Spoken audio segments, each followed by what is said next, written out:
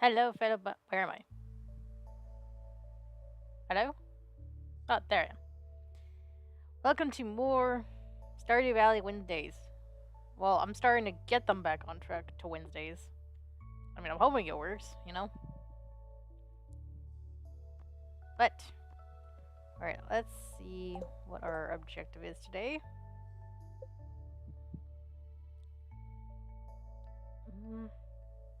I still don't know how I'm gonna find pineapples, and it doesn't really give me that much time.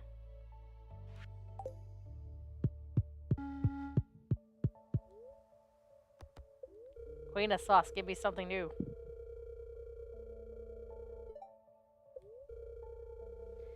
Ugh.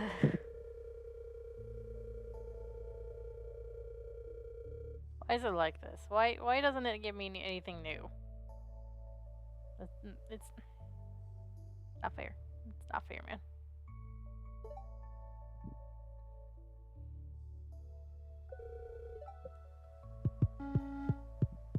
Matter of fact, why do I even bother trying? Why do I bother trying when I know I'm not gonna get glazed? When again, not getting new recipe from.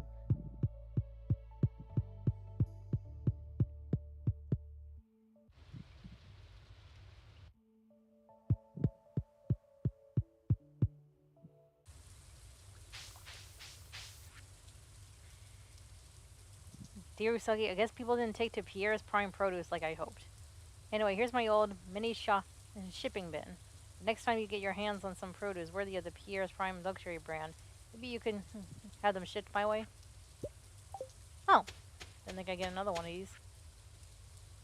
Hey, I thought it would be fun to send you a letter. I don't really know what to write though. Here, I've enclosed a treat for you. Don't tell anyone that one, but I snagged this from the back room of Jojo Mart ages ago. Okay, see you soon. Aw, thank you, Shane.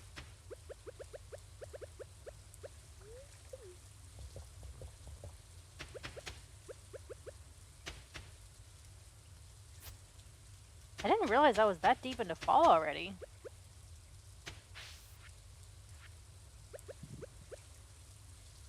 Yeah, put that next to there.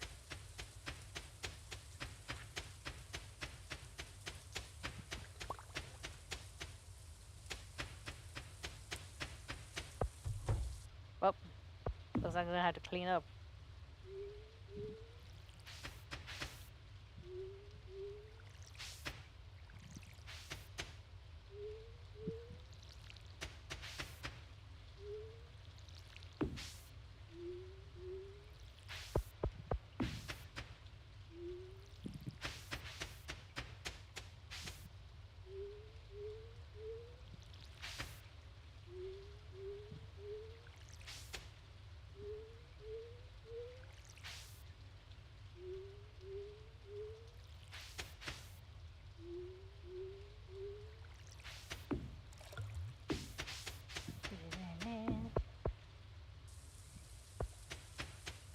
How much room do I got?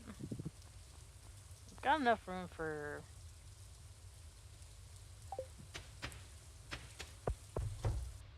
Forgot. Okay.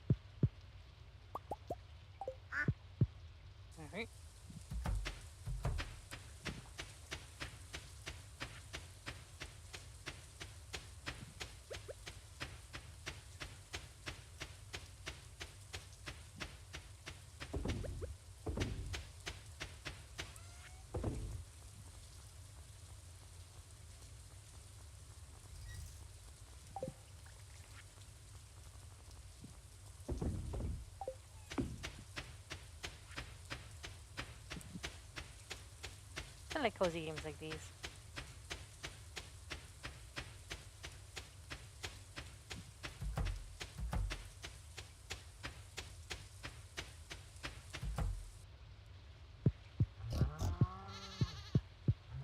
Oof. Okay, I need more hay.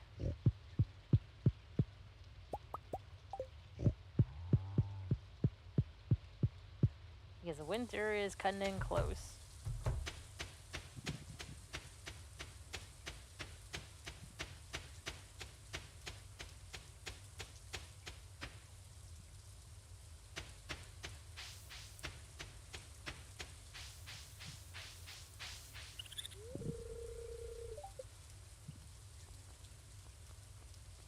Okay, so it's 5 white algae and dried common mushrooms, which I need 5 of.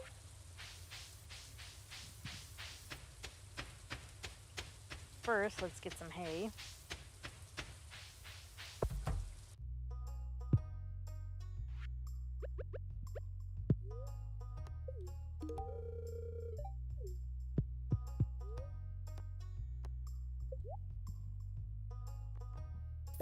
Oh.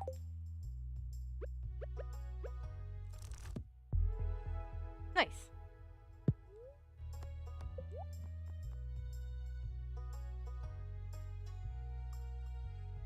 Oh, I can get cat trees. I didn't know that. That's new.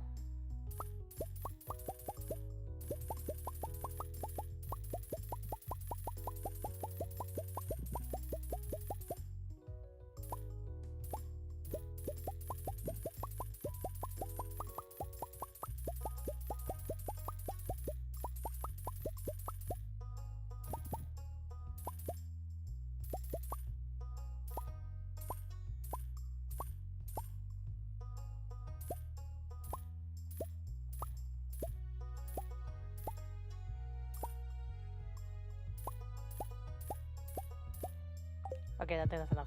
Let's not get too crazy.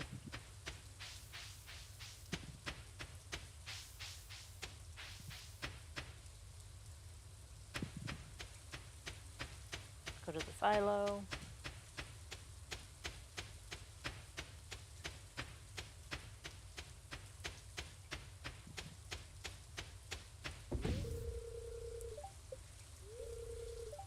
Alright, that should be enough.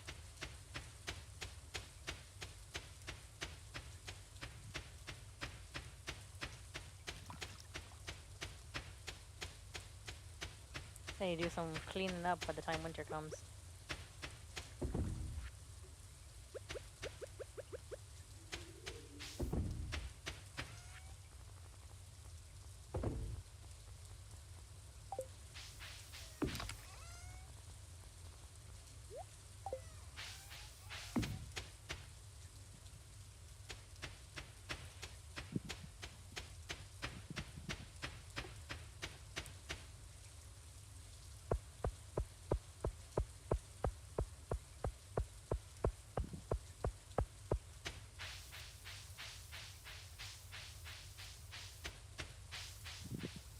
The thing I love about games like these is that there's like, sometimes there's no words needed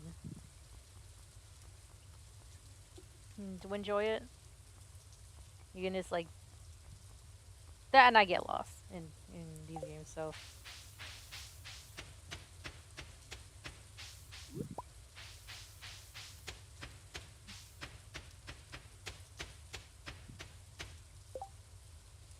Oh yeah, there's no more stuff for the bean sprouts.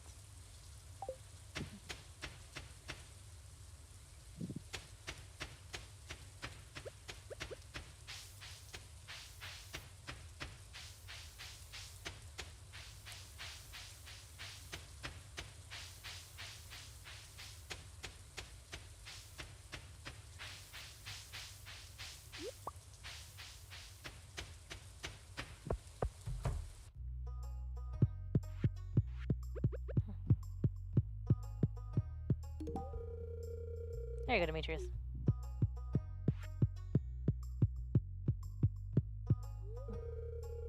I mean, doesn't stop me from getting a job done. Yeah, good for you.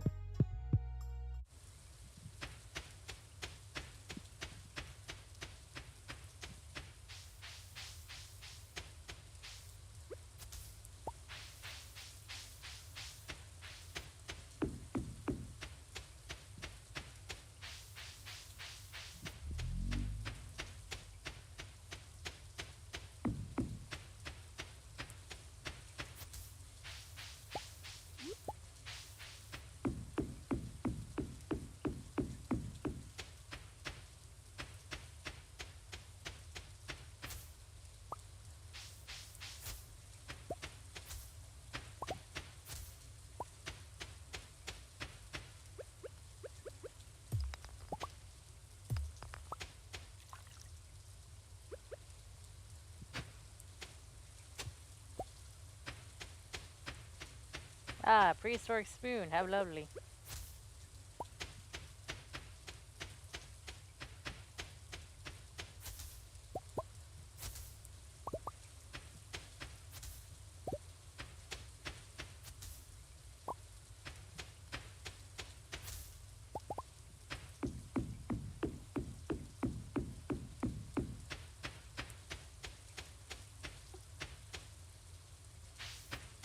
Huh.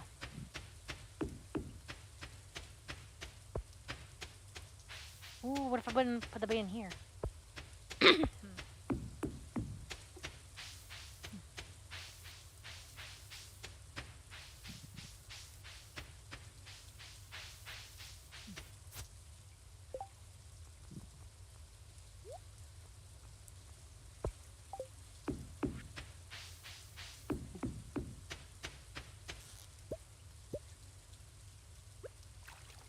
Oh, I forgot.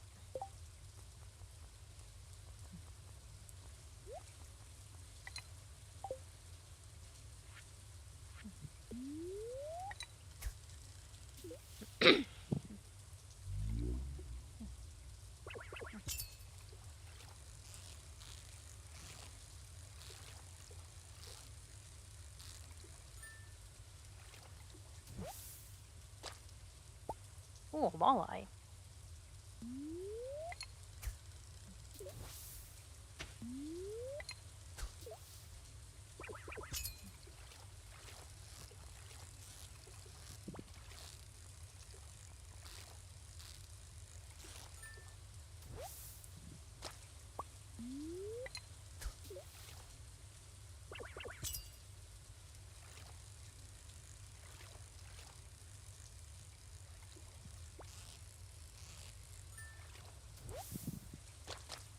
Oh, hey, I got double the carp. Nice.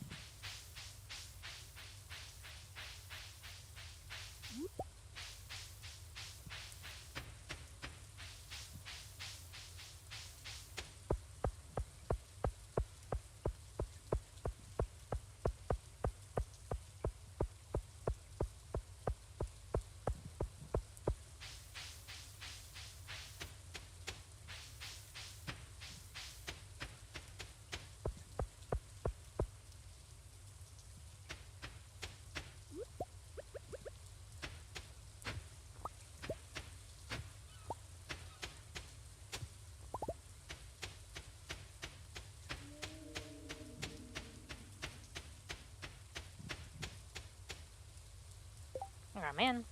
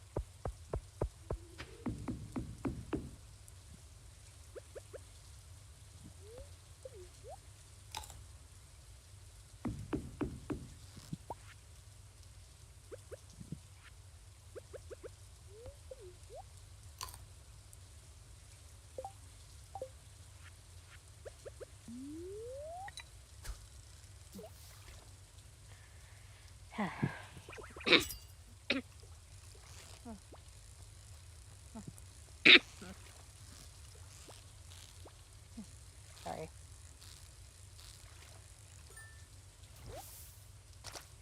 Ooh, 2 albacores. Nice.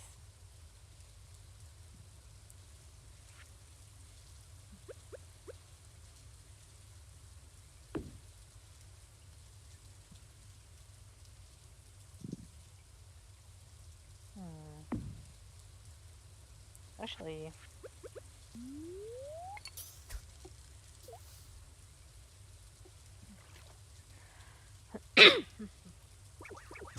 Oh, I'm so sorry. Okay, so, oh, before I forget, a quick update about Mama Sagi. She is doing okay. She was given me medicine from the ENT. We don't know for sure if she'll need like surgery still, but we're just gonna wait until the 2 weeks are up.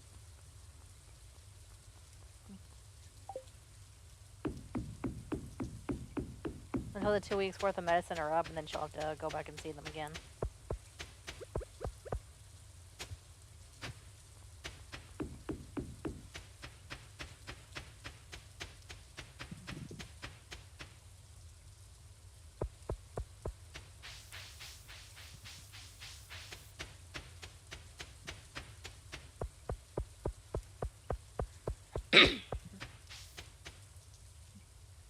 Can't, why are you lurking?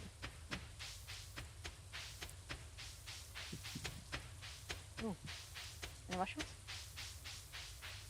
I need the common mushroom so I can dry it.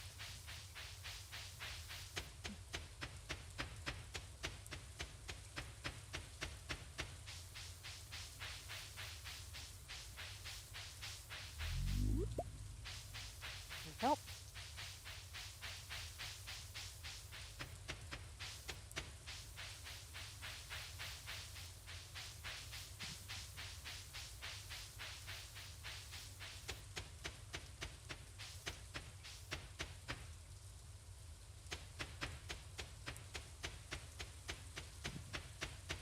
Might go to the caves just so I can get the white algae.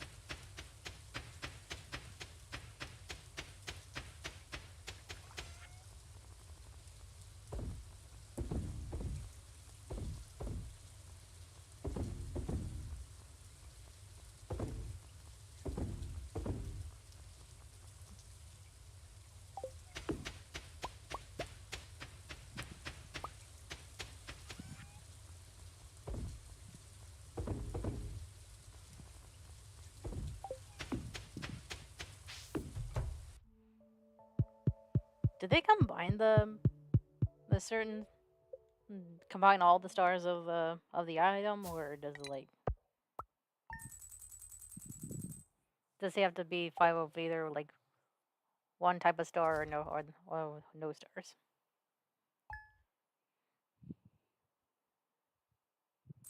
I guess we'll just have to see.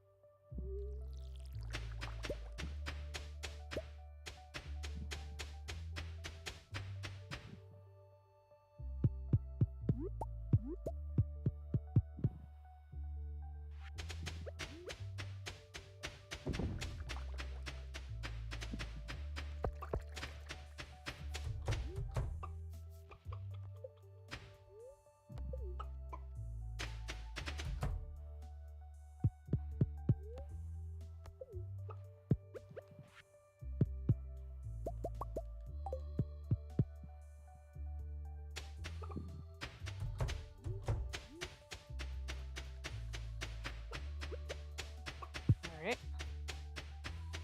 let's get some mayonnaise going.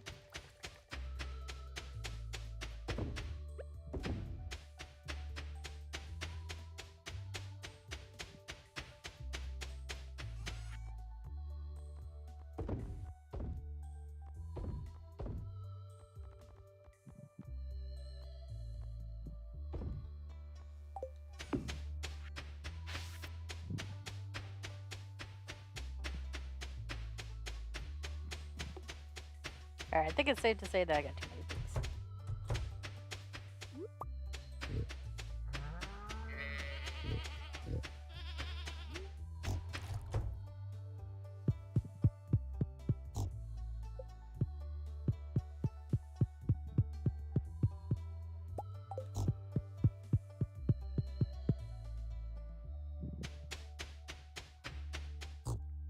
Alright, Barry.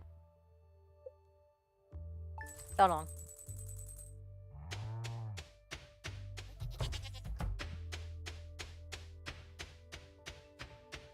It was tough letting Barry go, but it had to be done.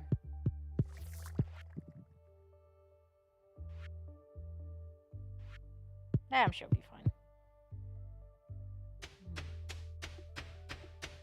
Alright,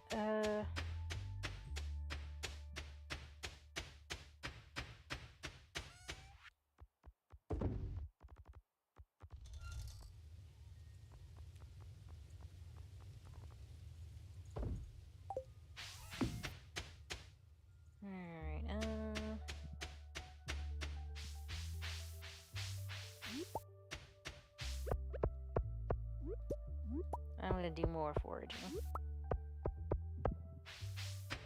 Oh.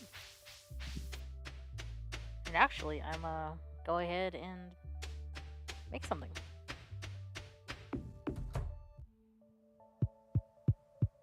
Oh, do I have all what I need to make plum pudding? Roasted hazelnut plum pudding. Oh, I need wheat flour and sugar. Would Jazz like that, though? Oh, she loves it. Okay. I won't have enough time to make wheat, but I can get some flour and sugar from here.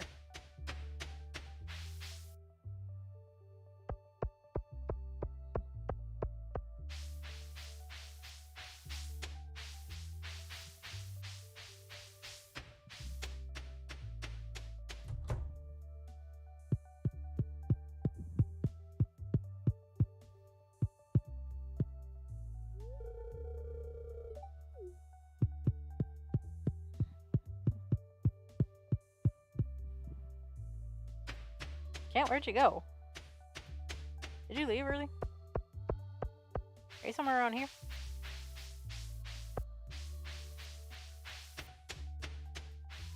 Ah, yes.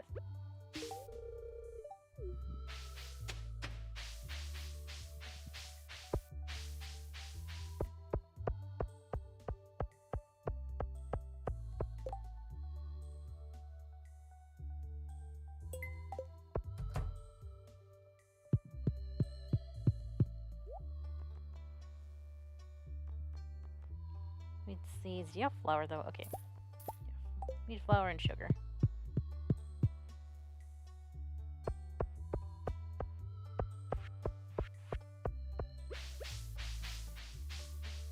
Before I do any of that, though, I should go to the blacksmith real quick.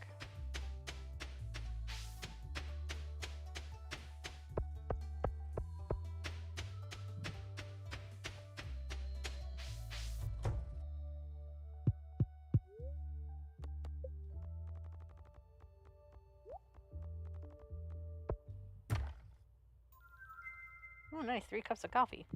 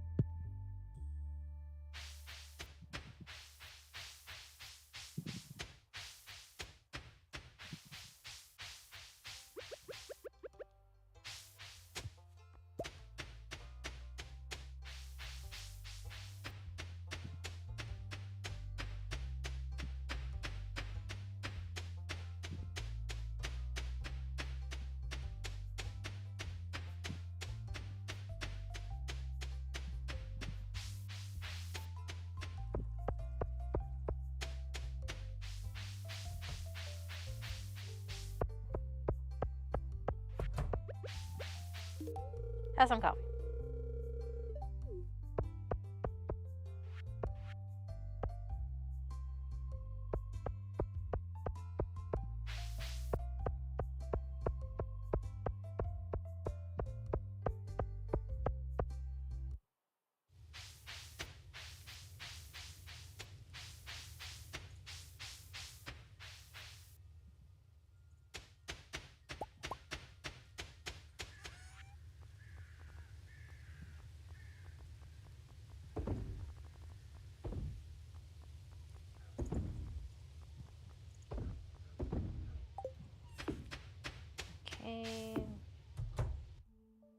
go make that plum pudding.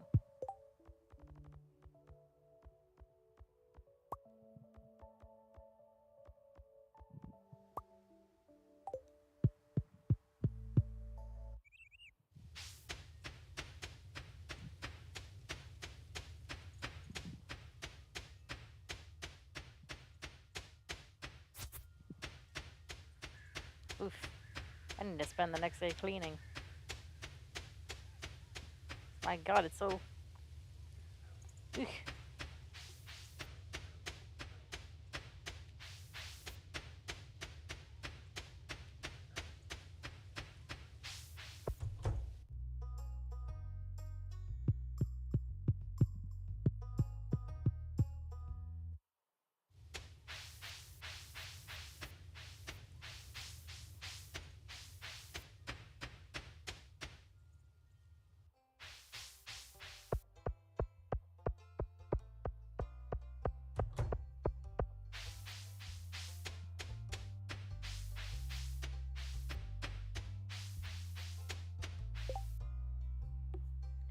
Dangerous prismatic slime.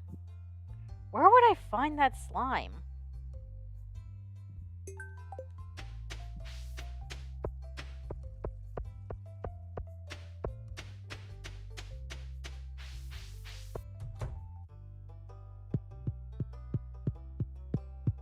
What's up, Elliot? Oh, look at all this. Oh, hey, Sam's sweeping. Jamming. Good for you, buddy.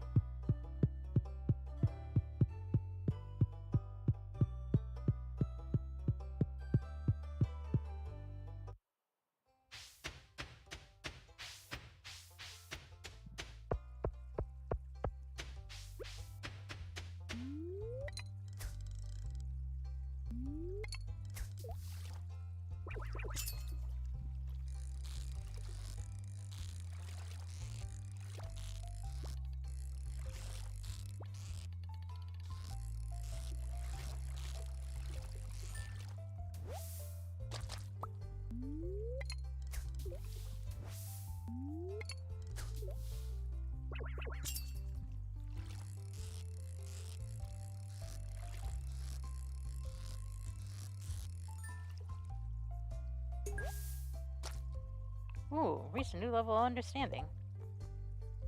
Nice.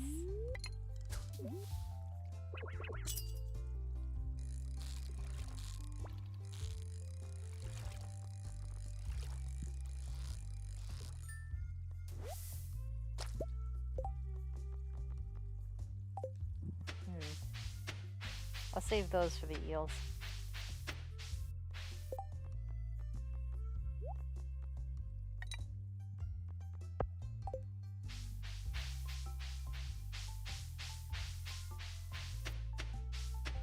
I can still fish, just not with them.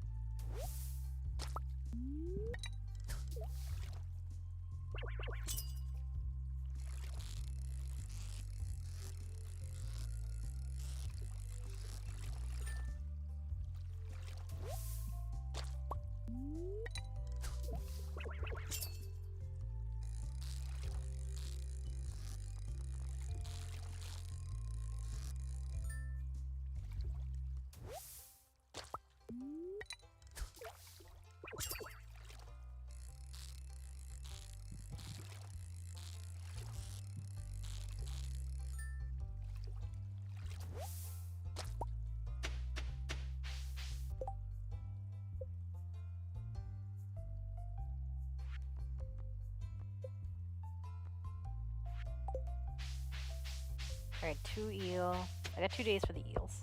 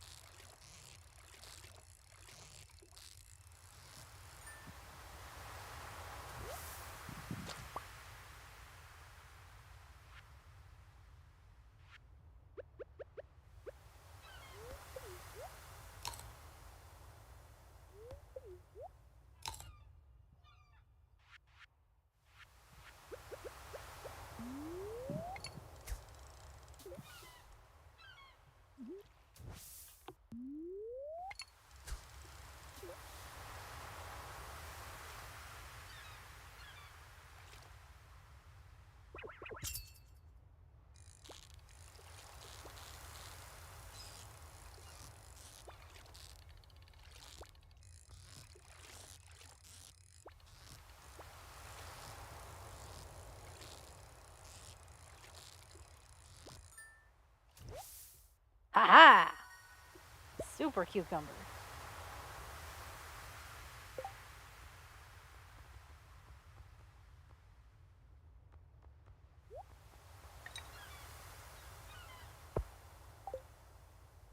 Alright. Stop.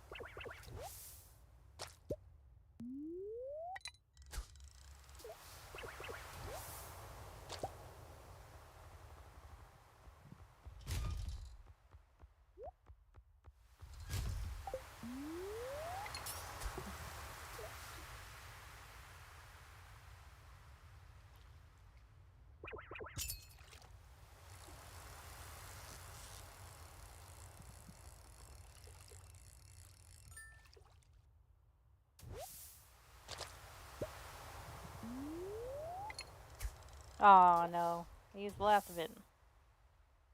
Alright.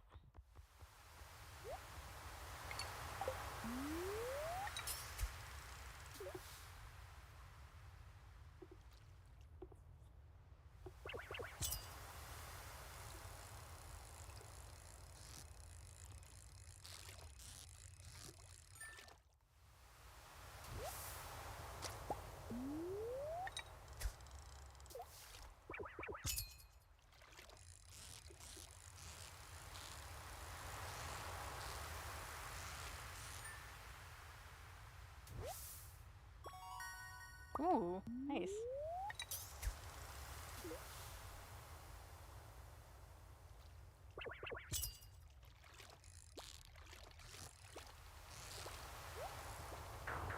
Dang it. Thought it was another sea cucumber. You won this round.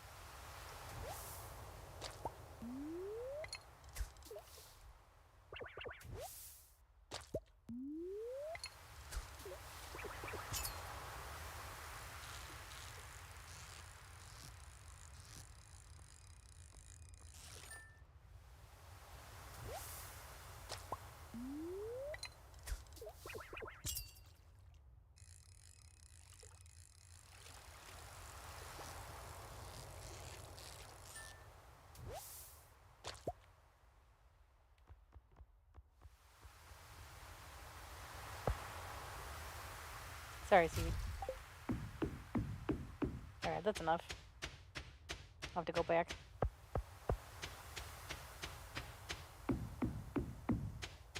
What happened to the eels that I gotten?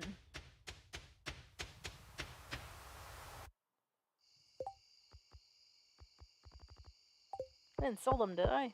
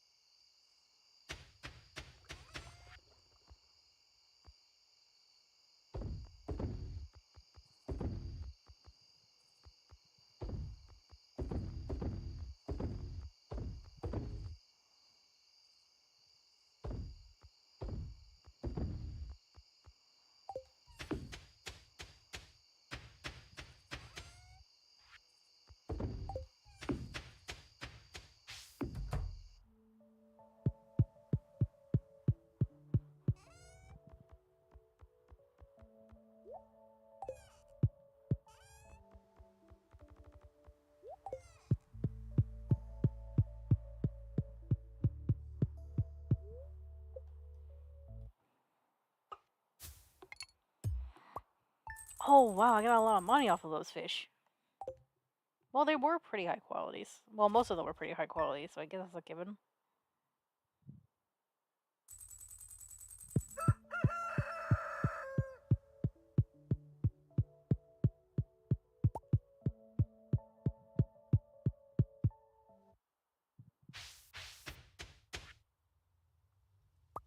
Oh, thanks.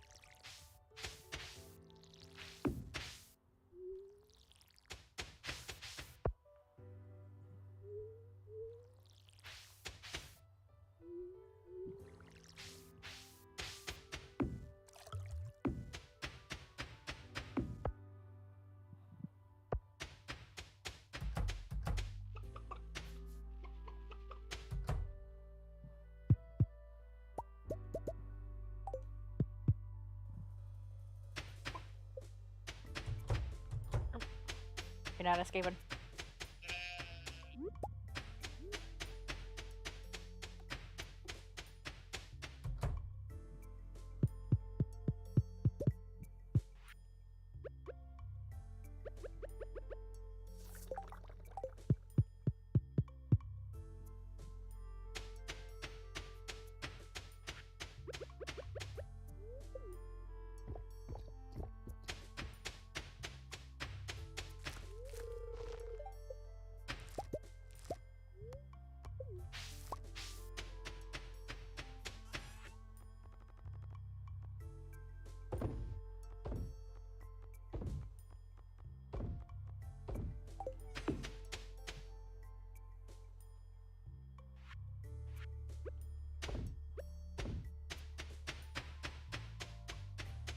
Oh, nice.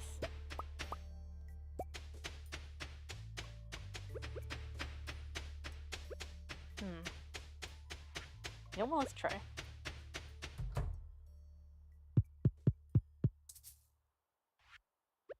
Alright. So it has to be, like, of the same rarity. 5 pieces of the same rarity. Alright. I got it.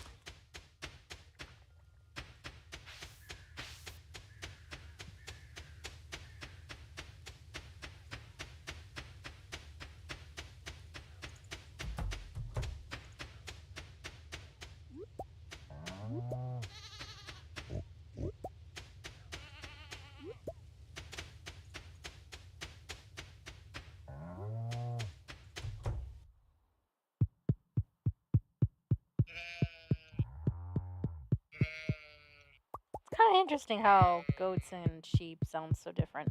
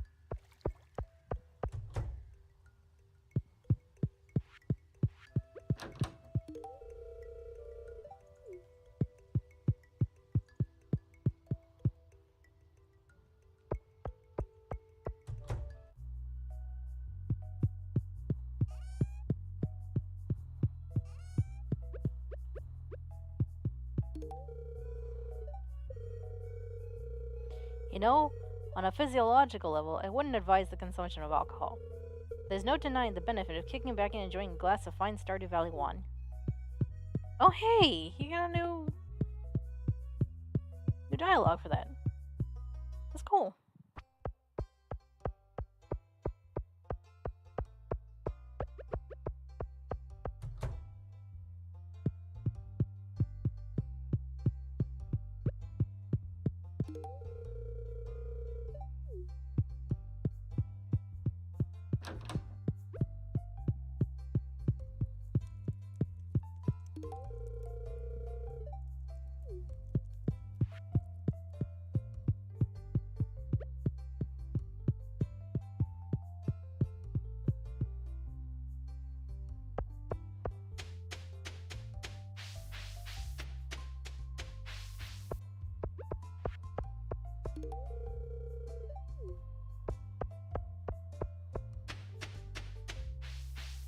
I'm gonna go give the super sea cucumber to Wally.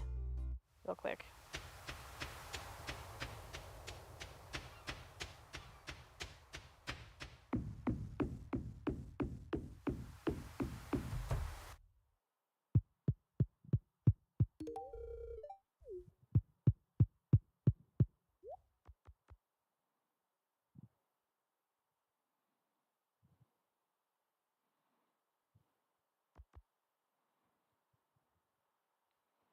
Ooh, an iridium rod. I'll take that.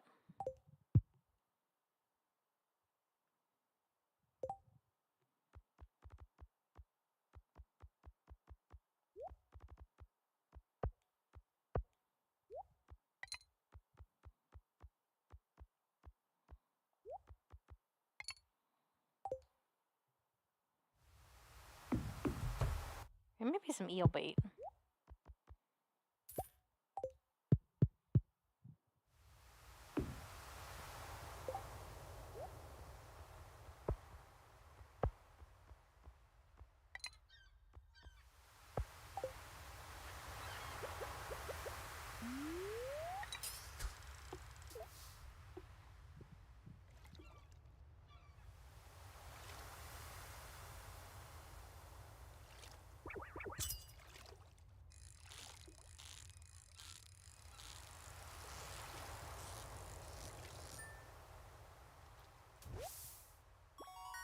Ooh, tilapia.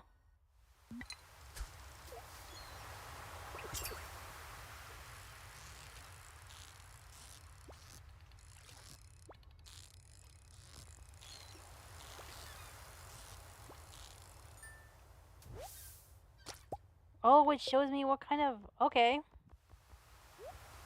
Nice. Nice.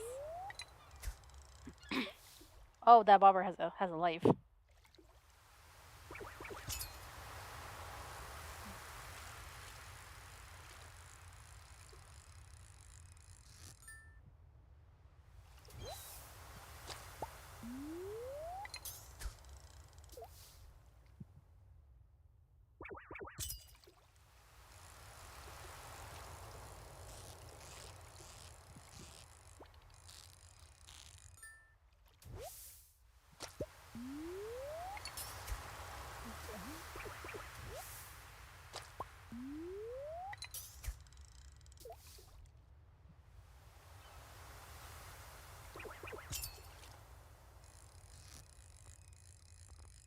Oh, it's another sardine.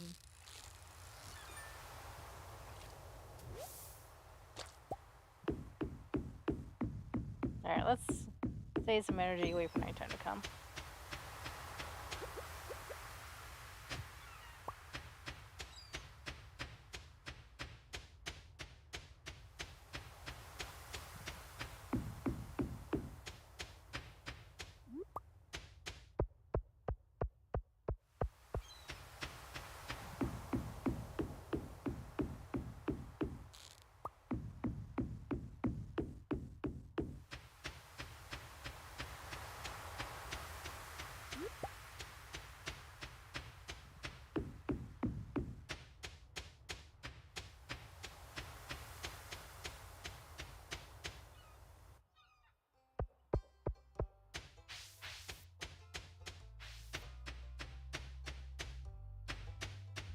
I might as well get that blueberry. Or blackberry?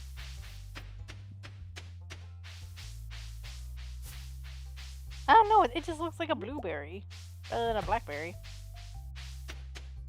Blackberries are like a little more darker in hue. I'll just say them.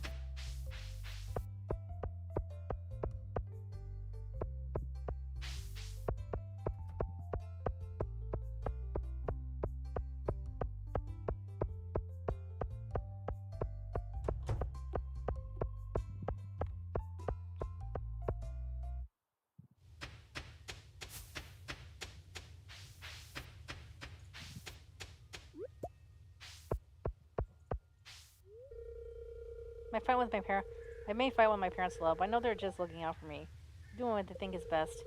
I know why I'm saying this to you. Don't tell anyone. Hey, don't worry, I won't say a word. $450. I'm just joking.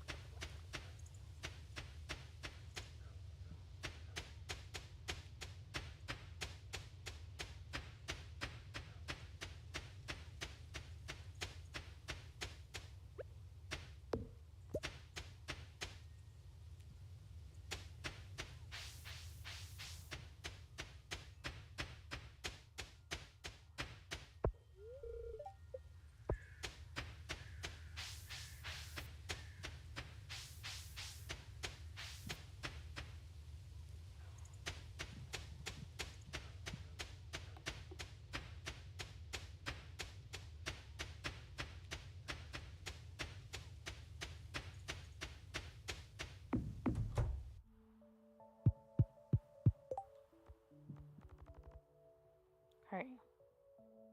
Amaranth and kale. Oh, I forgot kale.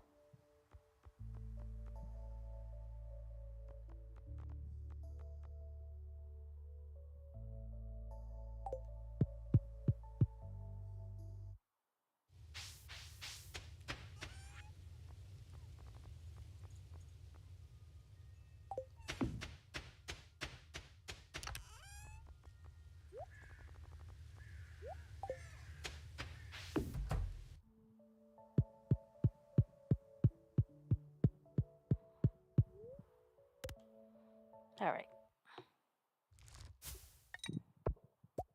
Ooh, nice. I managed to make that much money.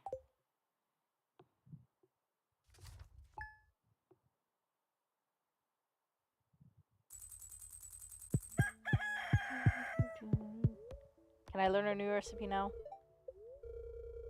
Oh, of course, because that's you just be giving it you just be giving it too easy for me, you know. Clearly, this game doesn't want to give it to me easy. It just wants me.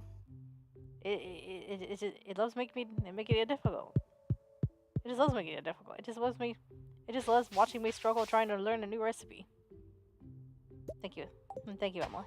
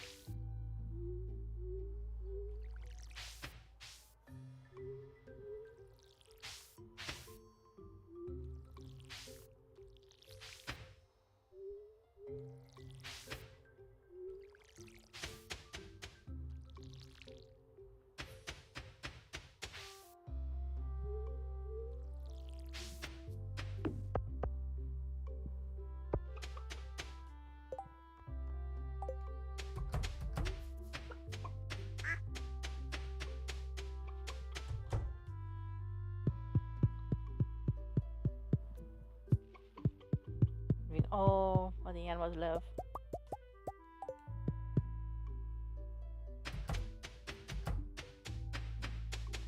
Y'all thought you could escape? Nay.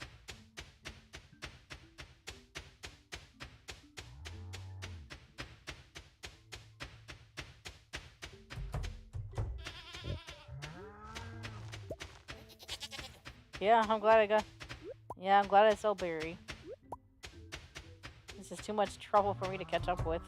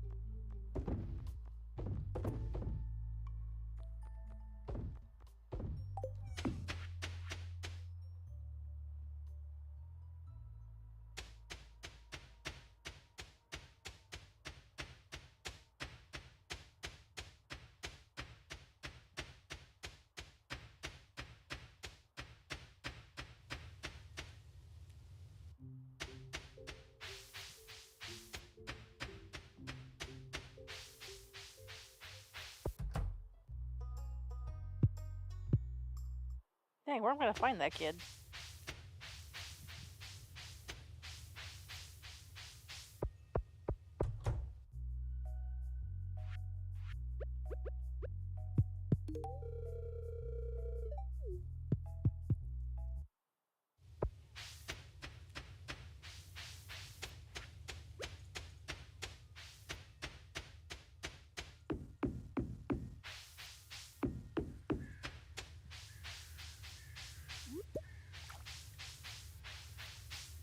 Oh, what's this? Oh. Ooh. Combat mystery. Anvil, mini forge. Convenience in your home. Thank you. Foraging mastery. Mix a tree seed. Treasure totem. Use and use on diggable terrain to summon a ring of treasure spots. Oh. Final path. My dear Usagi, if you're reading this note, you found the secret room I've prepared for you. Within these walls are tips, recipes, and even some of my most cherished tools. All the very best from the many happy years I spent in the valley. It's Grandpa's letter. By coming this far, you'll have proven that you possess the skill and wisdom to make good use of these powerful secrets. I hope my discoveries help you in your journey to making Banui Farm a shining star of the whole world. Make me proud, Grandpa. I'll make you proud, Grandpa!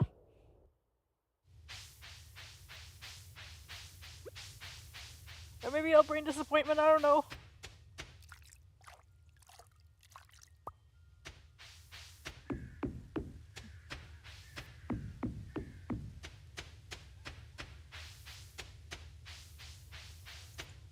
What? Are those quail? It kind of looked like it.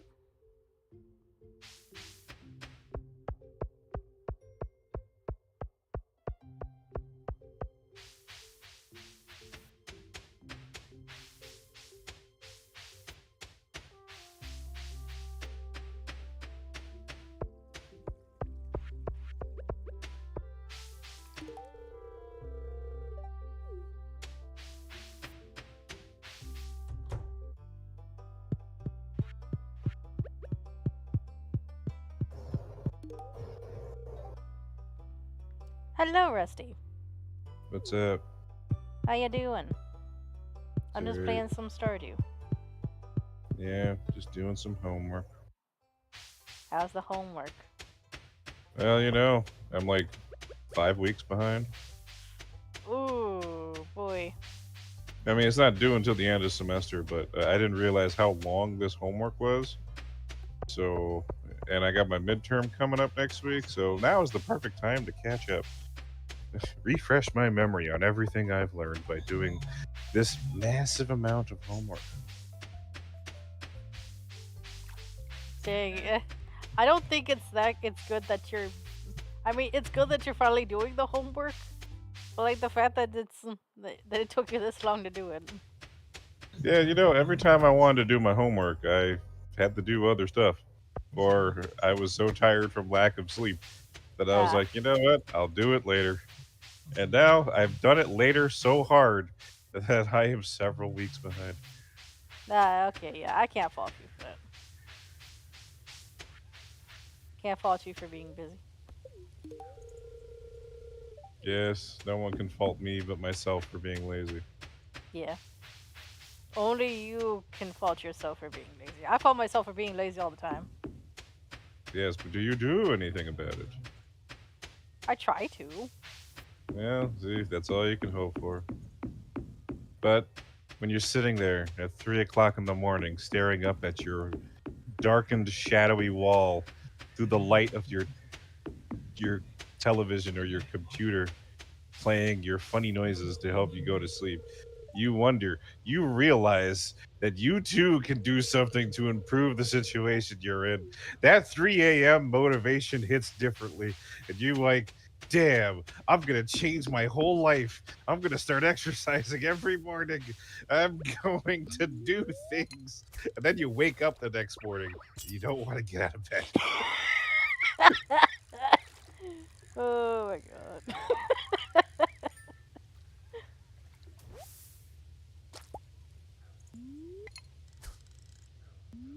Yeah. Nah, that's how it be sometimes.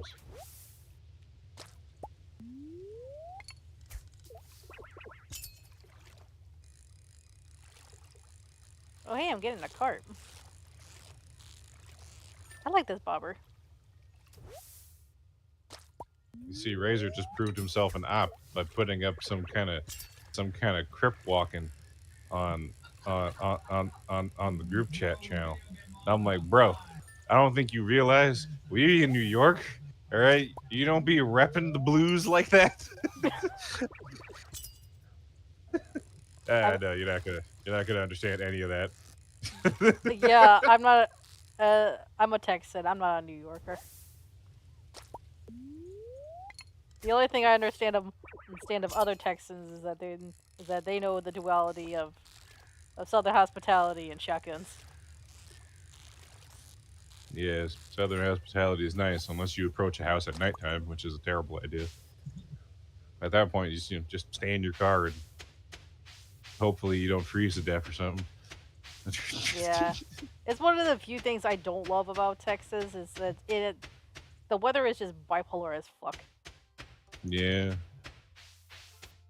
Because one minute you're hot, the next minute the weather is completely fine, and then the next moment it's absolute humidity. yep. Then there's like Arizona where it's like hot, dry in the daytime and cold as fuck at nighttime.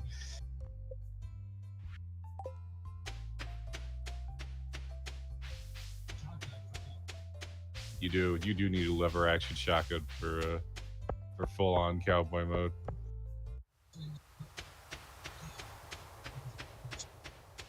Yeah. So they added a new character to Action Time in it. I bet you're already something. Actually, yeah. Since I know this character from way before, I'm already simping. The only thing is her costume is kind of outrageous, and like they didn't even try this time. They just What? kind of they just kind of covered her in like they just kind of covered her in a bodysuit and just has her regular costume is on top of that. It's not quite that bad. I don't even understand why they tried to censor it, but it's there.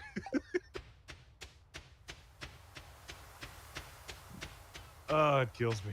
Oh, that is hilarious.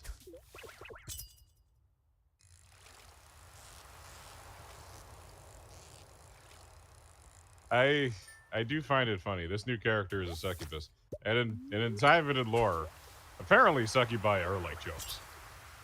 Mostly because they only have a strong, firm bit of power in dreams. Outside of that, they have the same physical strength as a girl about the same size. Hmm. They don't have any superpowers. I think maybe they could like toss a fireball or some shit, but that's about it. Oh my gosh, it's a wizard succubus. That's where wizards come from.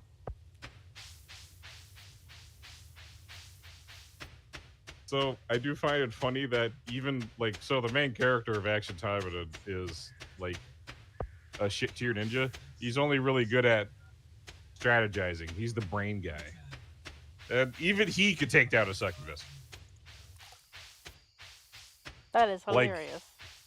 he's a he's a bad Tywin, but all that means is that he is exceptionally good against regular human opponents.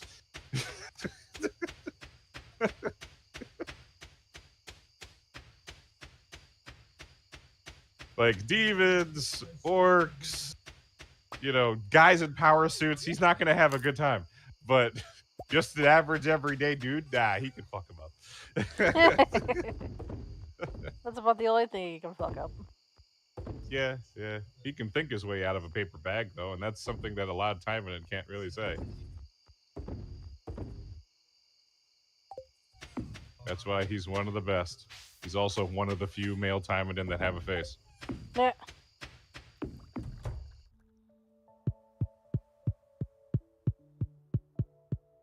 Although I will say this, they did not shy away.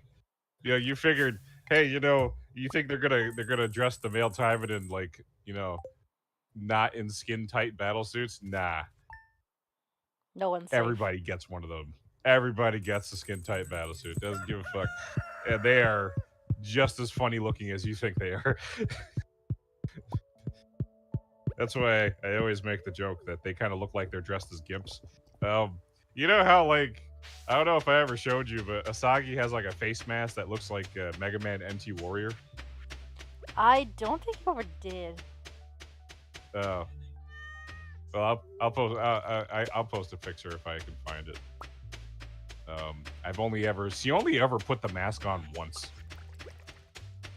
if I remember. And I'm like, well, you're kind of supposed to wear that like whenever you're doing missions. The whole point is they're not supposed to know what your face looks like. But you know, I guess that makes sense. But Sakura does too. But their mask looks like it only goes over half of their face. It doesn't cover their eyes. The dude mask looks like a gimp mask. It's full face mask. All right, there's no eye holes or anything. Like he looks like a gimp. Poor guy. You only get to see it once, and it was in the Taiman and Asagi OVA. Wait, there's an anime about it? Yes. Oh boy. It's not as good as the game, but it is what got me into the series. So I mean, I guess that's saying something. It was directed by a legendary director known for his fucking hilarious camera work. Like, I can't even describe to you what this camera work is like. How do I describe it? It's like having a panic attack while spinning in the air and then going straight into a seizure.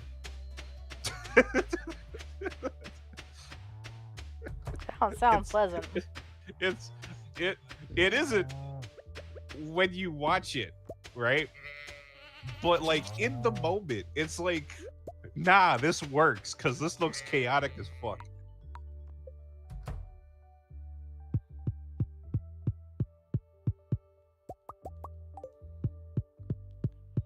Let's be honest with ourselves. When isn't anything not chaotic? When everything's nice, comfy, and orderly. The exact opposite of tentacles, which is why you hate it so much. Oh yeah, by the way, if you like tentacles, well, there's a whole lot of it in Taiman. So, I mean, there's something to look forward for you there. You ain't gonna beat me. You ain't I mean, me. I did, though. See, now you're interested. As soon as I said tentacles, you're like, ooh, Taiman, it has tentacles? Let me see what this is about. No, please, Listen. whatever you do, don't look up the anime series. It's only sort of good. And actually, I just suggest you don't watch it. It only covers, like, half of the story, I think. It doesn't even finish it because it was one of those OVAs that was made before the time where they just straight up tried to replace the material. The OVA was just there to get you excited for it, and it did. I did eventually track down the game and played it, and I wasn't completely disappointed because they front load it with all the good stuff. And I don't mean the stuff where it's like, where they're doing the dirty. No, the good stuff is like the world building, the ninja politics, the geopolitical landscape, the near future cyberpunk aesthetic. It's very cool.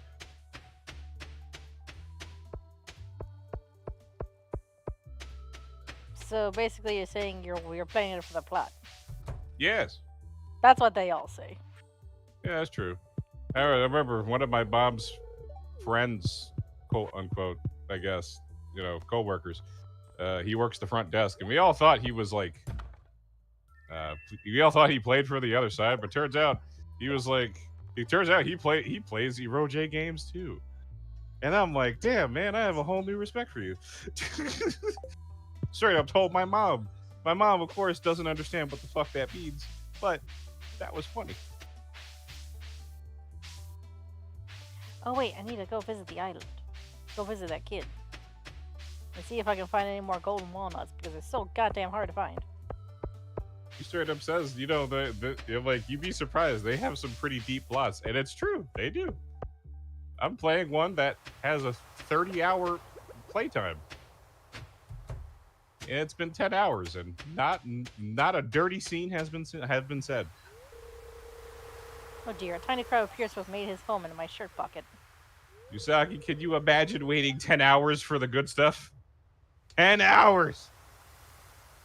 That's not Okay, bit of a my joke. impatient ass would not want to wait 10 hours. Exactly. Exactly. You're just sitting there. You're like, damn, wouldn't it be nice if we could get some good stuff going right now? And it's like, no, you're gonna get this story about living in a mountain town.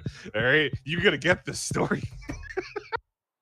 You came here for porn? No. You're gonna watch this. You're You're gonna gonna get watch this this. plot. You're gonna get this plot.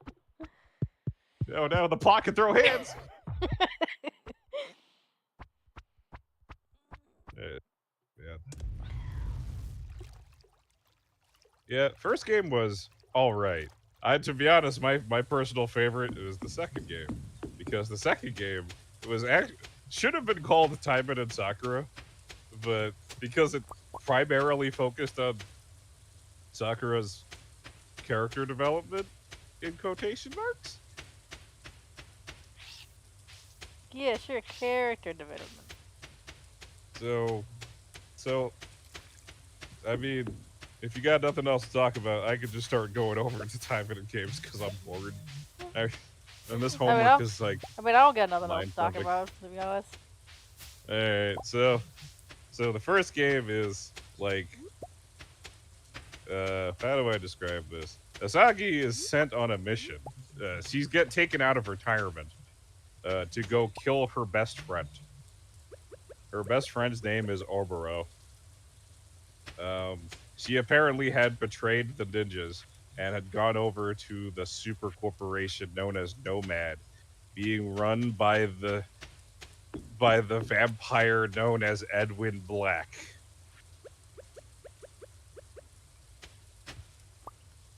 Pretty basic setup. Anyway, they fight on top of a rooftop because that's how ninjas are.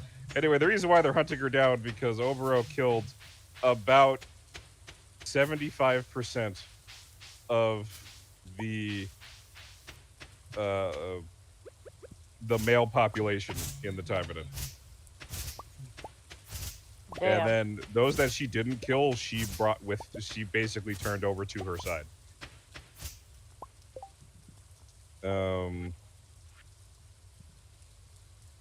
Asagi tracks her down. She kills off all the rest of the traders, and all that's left is Oboro, and they're fighting on the rooftop. And this is when Asagi pulls out her super mega OP move. I don't remember what it's called. It's like Hawk Art Sevenfold Slash or some shit. But I just call it Light Speed Slash because she's literally moving at the speed of light. Anyway, she moves at the speed of light and cuts her ass off a building. There's just a tiny, tiny tear of regret. But she gotta kill her best friend and all. And then she's like, alright, I'm retiring. I'm gonna go get married and I'm gonna say fuck off to all this ninja shit. And so she does that. She's got a fiance who's not a ninja. He's a part of a ninja family, but he didn't get a mutant ninja power. So he's just kind of useless. But they're having a pretty nice life. Sakura's, I don't remember if she was in high school or getting into high school at the time. And, things are going well. Asagi's officially retired. And then one day Oboro shows up just in her basement where she keeps all her old timing and stuff. Wait, basement? Why the basement? Because the basement's where she keeps all her old timing and stuff. Oh. It's always Like John Wick. It's always the goddamn basement. Of course. Did she the at least, basement is also hold up, a dojo. Did she at least like put all her weapons like under the cement? No, I think it was in a closet, but it wasn't particularly well shown. Oh god damn it. John Wick was a little more careful than that. Well, true, but what was his name? I think it was something like Kyosuke. So Asagi's fiance went down into the basement to go get something for her, and there he spots a girl he doesn't really know because he was outside of the ninja loop for quite a while, and she attacks him. It's pretty brutal, and not in the way you're thinking. So, how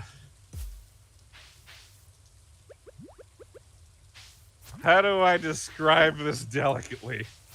So she basically beats the crap out of him, does horrible things to him, and then drags him away while, while taunting Asagi, who couldn't do anything because all of her shit is in the basement. Um, so, right after she disappears into a magic demon portal, Asagi grabs her shit and comes out of retirement to go rescue her fiance.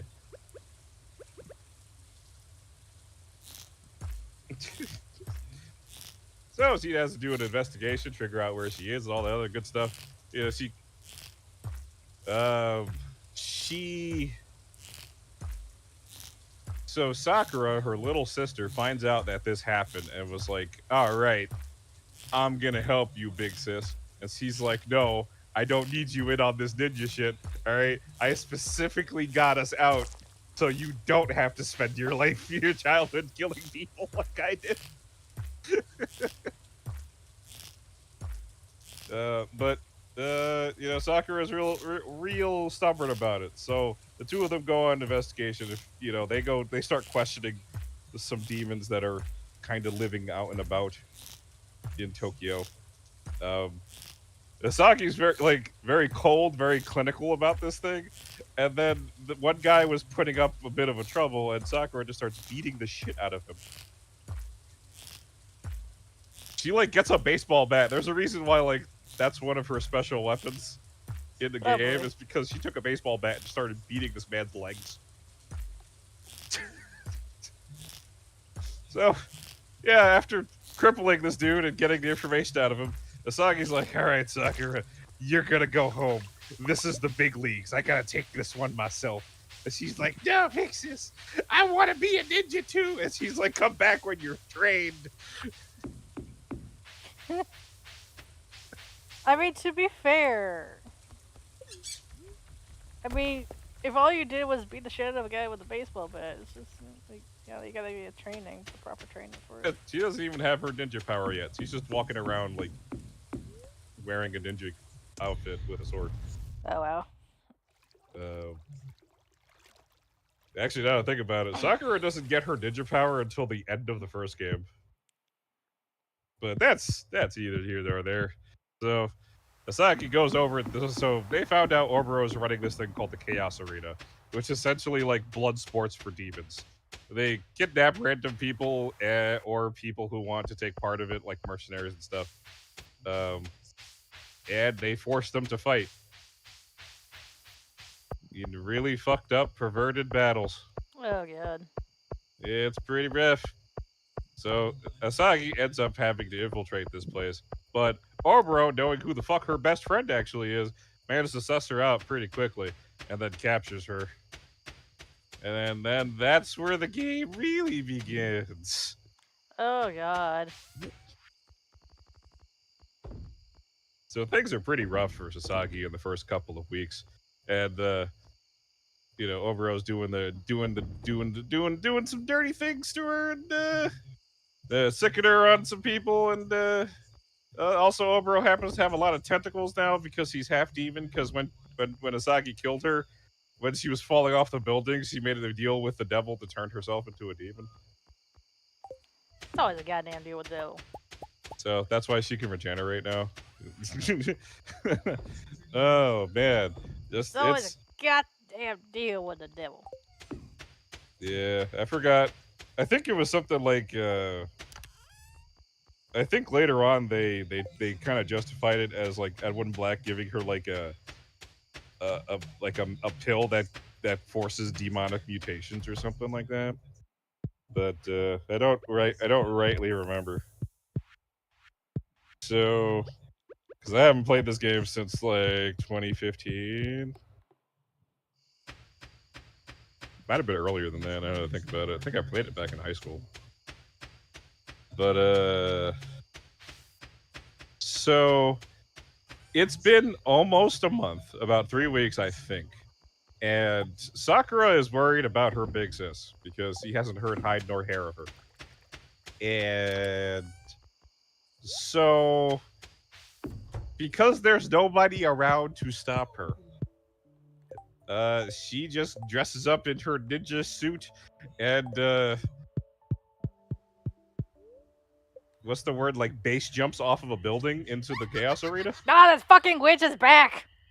Leave my chickens alone! Bitch! Leave my chickens alone! Your issues with your ex-husband has nothing to do with me!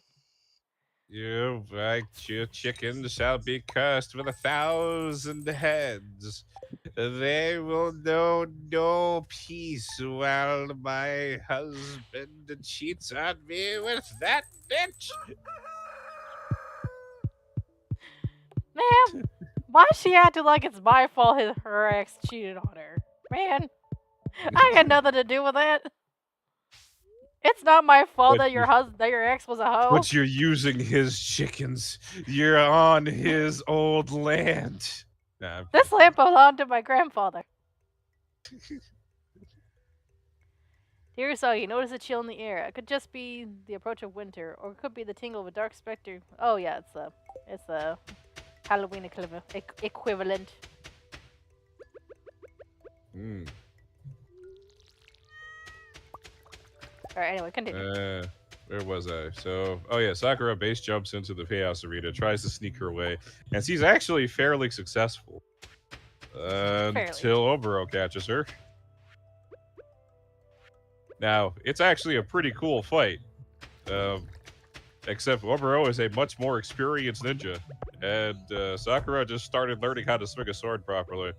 So, while she does put up a decent fight, Oboro is really just playing with her. Then she unleashes the tentacles on her. The tentacles are really just a cheat. I'm just saying, I know how much you like tentacles. Shut I hope up! you understand that I know exactly what to do to counter them, and it's called a shovel. You shut the fuck up. Piece of shit. Alright, how much room do we got? Okay.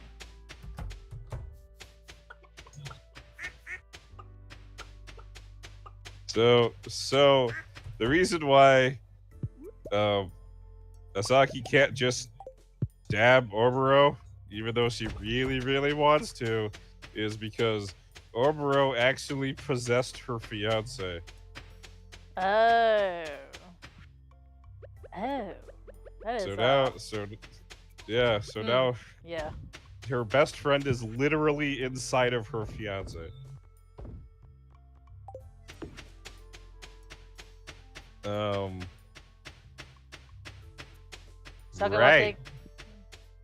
Talk about This is a whole new level of NTR.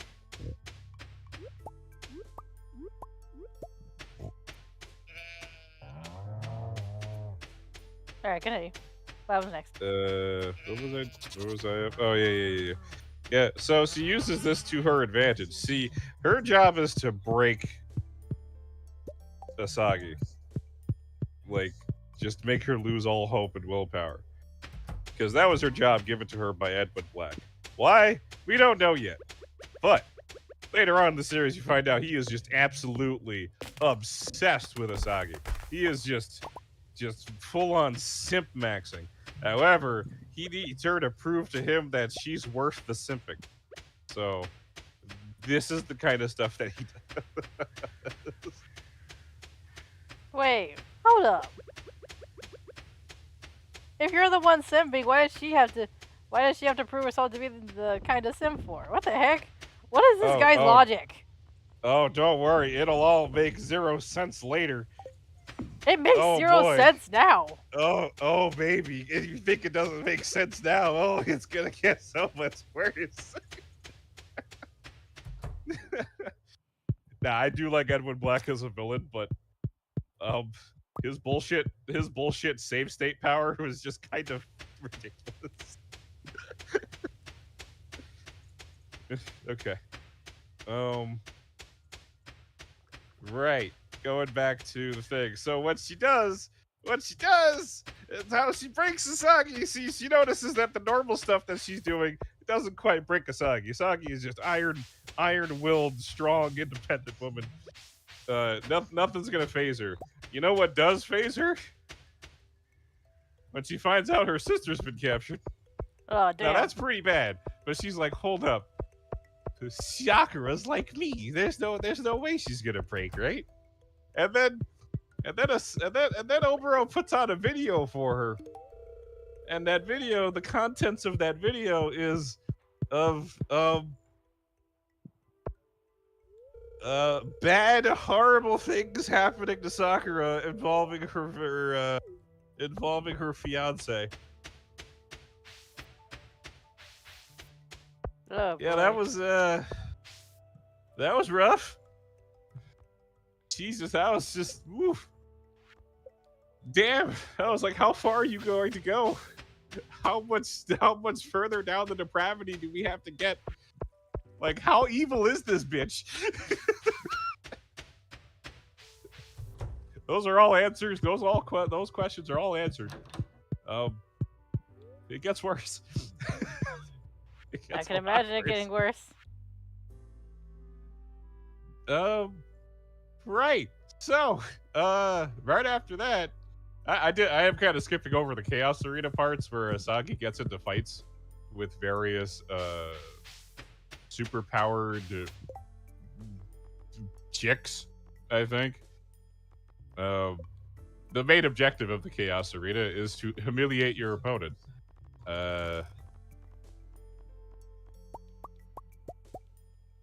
Now, Asagi, despite being unarmed, is still a pretty powerful opponent. So she was kind of fucking people up until Obero was like, all right, look, you can't keep winning. I'm going to forbid you from using your powers. If you do use your powers, I'm just going to kill your fiance. So he's like, son of a bitch!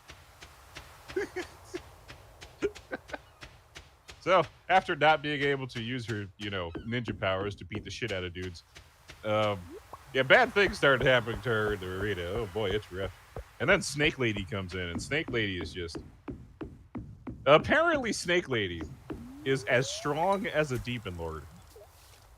Which throws me off for a loop, let me tell you.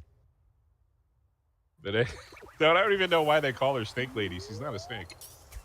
Wait, what is she then? She's like a demon, but like, let's just say she's equipped with both parts. Oh. That kind of don't make sense. What, the hermaphrodite? Being called a snake lady when that's all it's... I think that's why they call her Snake Lady.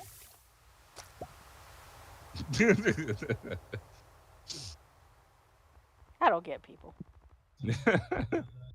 Because she has a tunnel snake. Anyway. What happens after that? As you can see, the good parts of Taivanin have already passed, and we are in the muck right now. Now, Asagi has, I think, 3 different endings. 2 bad endings and a good ending.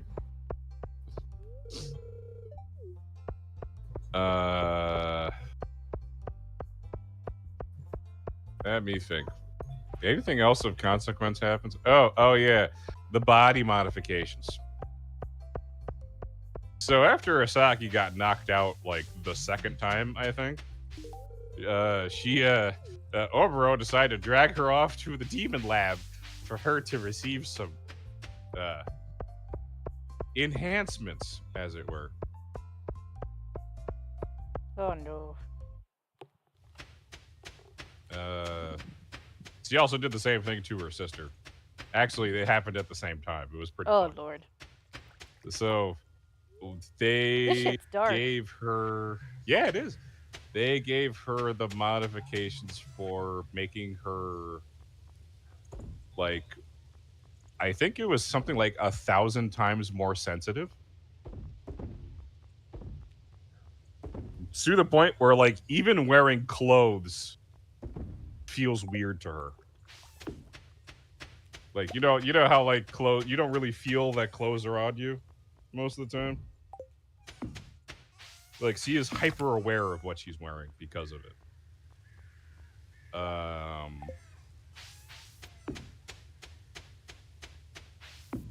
Hell, a stiff wind could make her feel something. Like, it's pretty rough.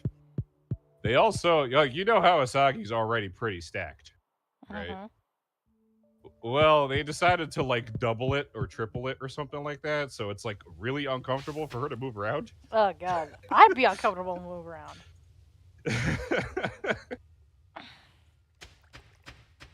Now this made her worse at fighting. Like they did that on purpose. This made it easier for them to torture her, and it made her worse at fighting. So it was a double whammy in terms of things they were doing, and just to rub salt in the wound, they started torturing her alongside Sakura, so she could watch. Not only was she getting fucked up, but she's watching her sister get fucked up too.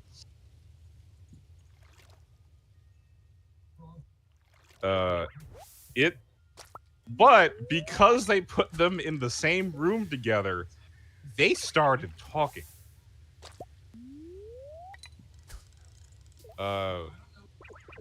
Although it was pretty rough at first because Sakura didn't really have the experience or the training to take the kind of blows that they were dishing out on her. So she was close to hitting that like psychotic break kind of thing. Like she was fucked up. Asagi manages to bring her back, and the two of them start to formulate a plan. However, the plan isn't really spoken. You don't really know what it is. All you know is that they're talking. What ends up happening is Oboro gives Asagi a choice. And this is where one of the first bad endings can happen. So at this point, all Asagi knows is that Sakura is like at the breaking point.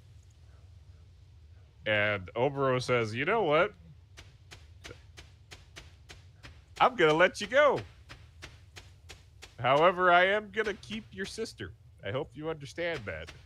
And however, I'm going to give you a chance because I'm a magnanimous person. Sure. If you want, I'll just kill her. You go free, and your secrets stay safe." And you can say yes to that. And the ending that results is Oboro keeps her promise, and Asagi goes free. She's also fucking broken.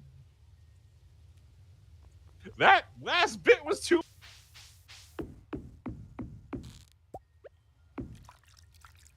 But yeah, no. If you say no, you eventually manage to break Sakura out of it, and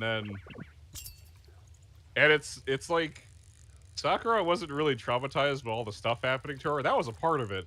She was traumatized because of how her sister must have felt watching it. And I'm just like, see that right there? That's love. I'm like, damn.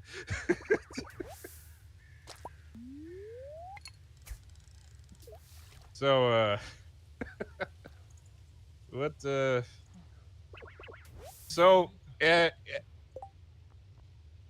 Asagi says no, and this pisses Oboro off.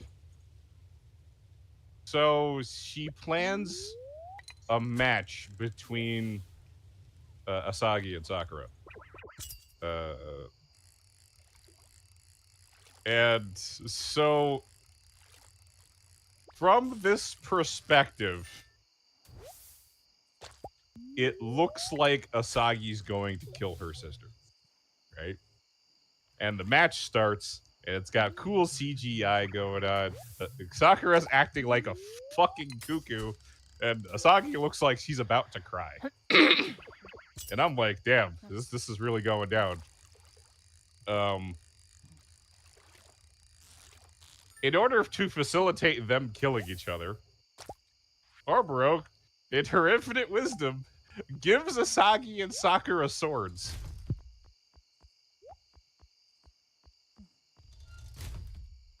threatening that if she doesn't kill Sakura, that she's gonna kill her fiance. So, and then,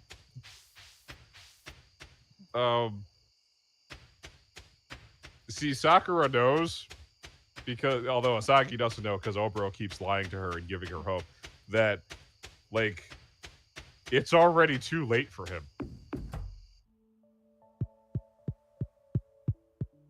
Like, he's been completely consumed by the demon within. So, like, she whispers that. And then, like, that's it.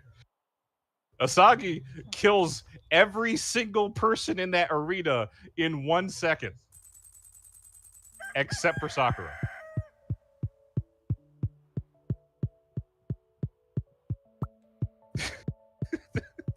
Damn.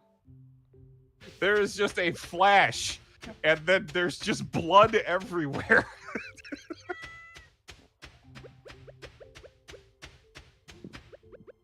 And then Obero's got this shocked look on her face. And then Asagi cuts her goddamn head off. And I'm like, goddamn.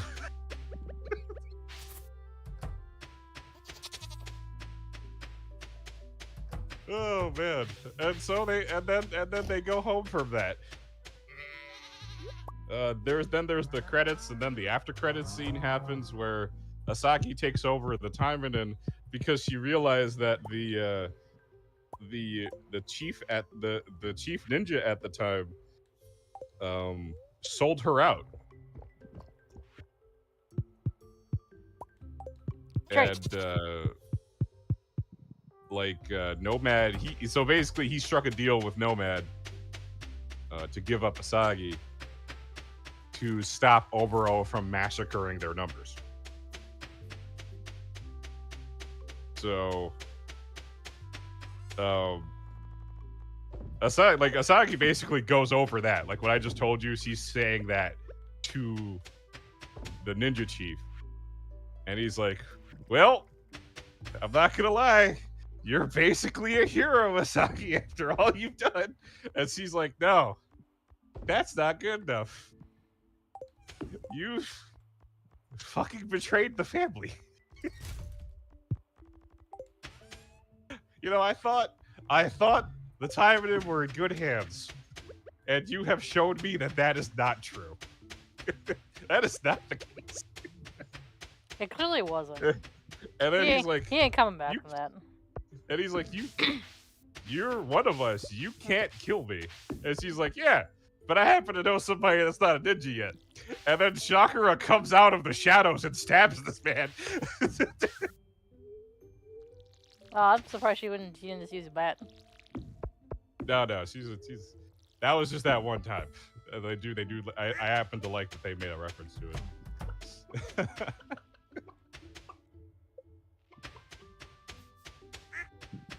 Oh man, and then that explains why Asagi is the headmistress of the Ninja Academy.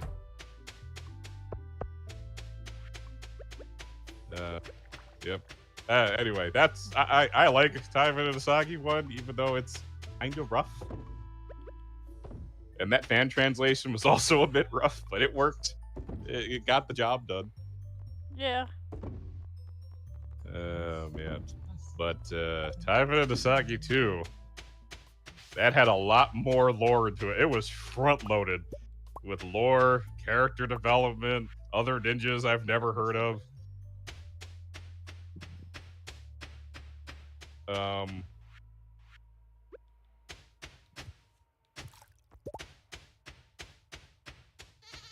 You get a bit into both Sakura and Asagi's head, and to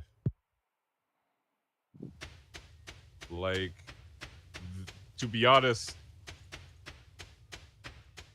it's a little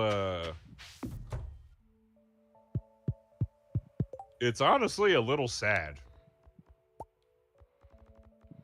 because they managed to get most of the modifications that were done to them reversed, except for the skin sensitivity.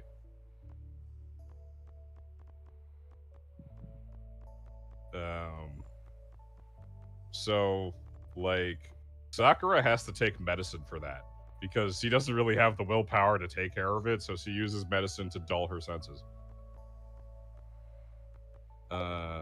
So that she can wear clothes comfortably.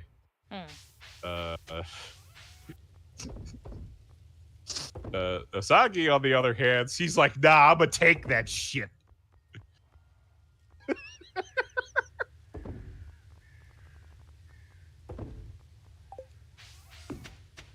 I'm sitting here, I'm like, wait, what? Nah, pure iron willpower.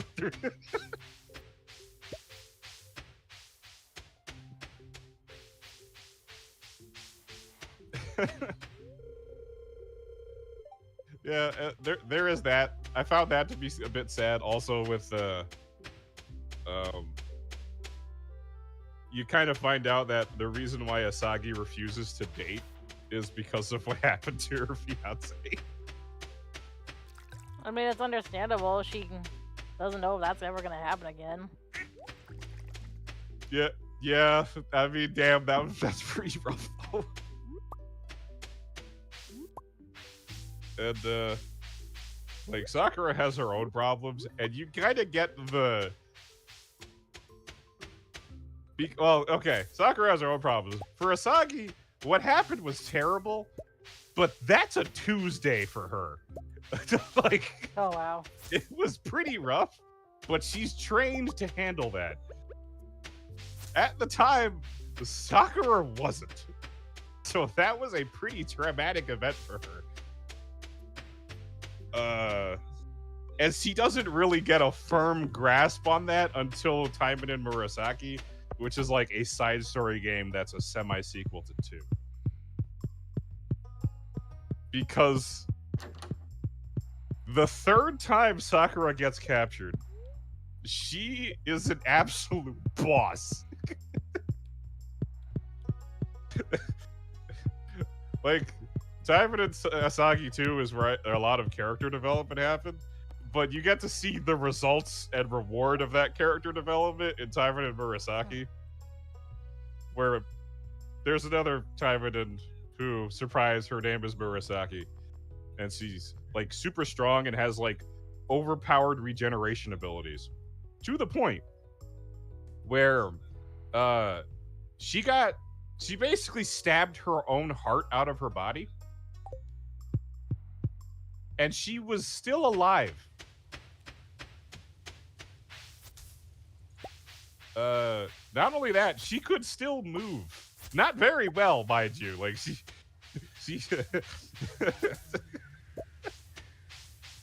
she couldn't move that well, but that merely getting her heart removed slowly slowed her down.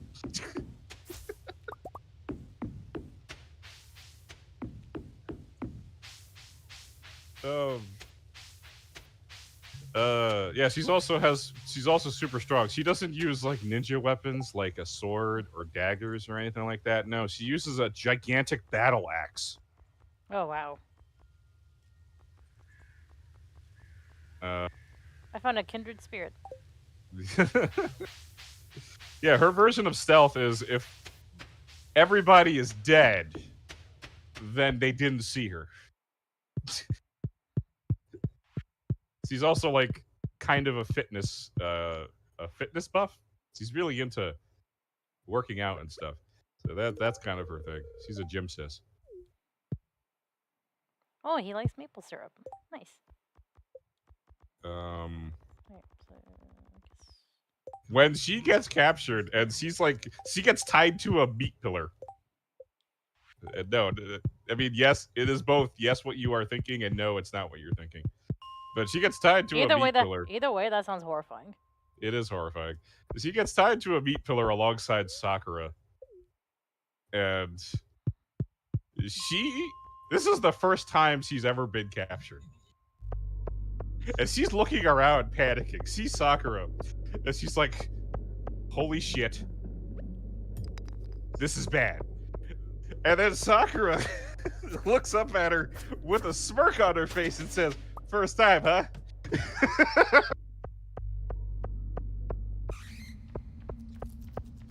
Look, don't panic. We're gonna think of a way out of this. But I hope you understand. This is not gonna go well. That seems like that doesn't make me feel any better. Don't worry. I'm gonna be here with you.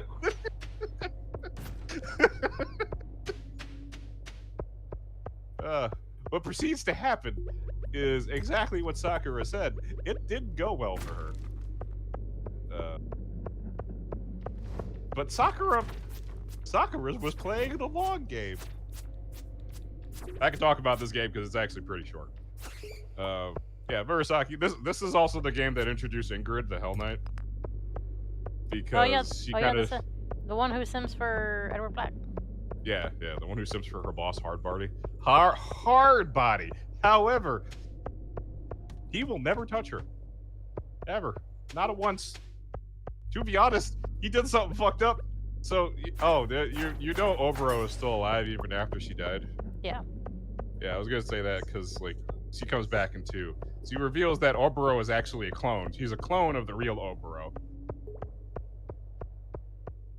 What happened to the real Oboro?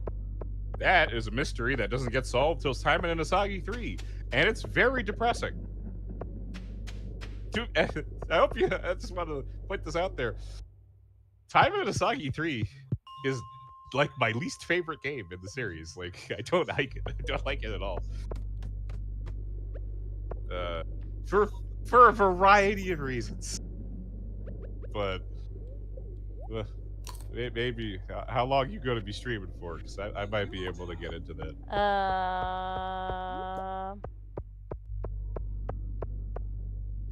Maybe another 30 minutes, or maybe a couple. Maybe another hour. Yeah, okay, I got you. I'm waiting for the melatonin to kick in. I finally have a new supply. A new supply of melatonin. Good for you. Great. So yeah, this guy, his name is I think his name was Kiryu. Kazuma Kiryu? No, it's this evil doctor guy named Kiryu. Ah. They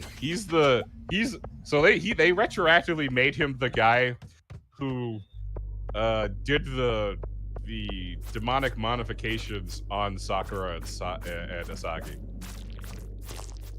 He's like an expert in demon science. Basically, it's bullshit. So he's an expert in bullshit.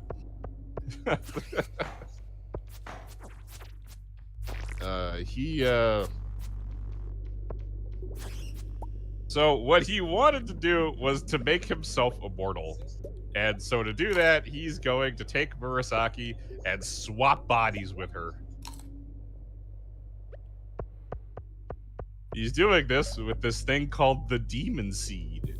It's basically like it's a thing that sits on top of her heart and like kind of links their consciousnesses together in a way.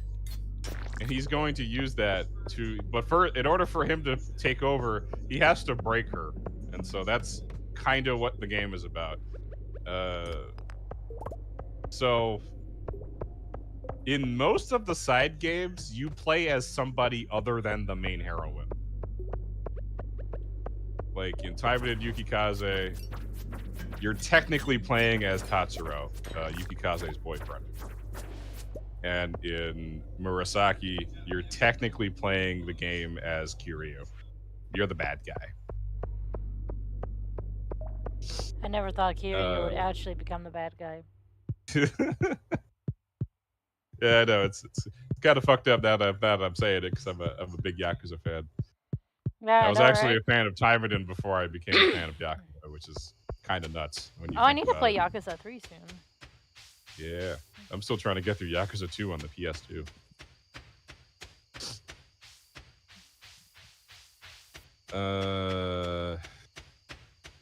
Right. So, Edwin Black is a little suspicious of what Kiryu's trying to do. Kiryu hasn't told anybody what his plan is. He just happened to, steal two time it, and he's gonna just do stuff to them. He's saying he's gonna turn them into sex slaves, but he's got other plans. But he does use that fact to try and break them. Now, to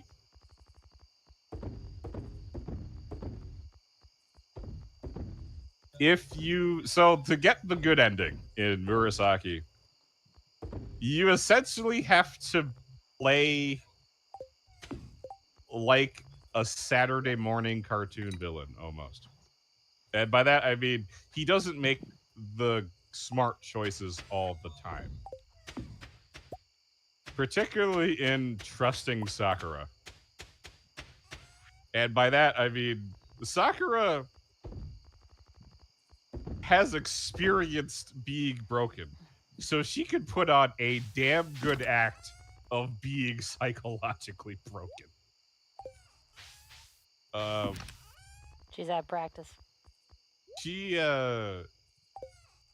after a pretty long while of, like, some fucked up things happening to her, it almost seems like she's unbelievably devoted to this dude. Like, crazy.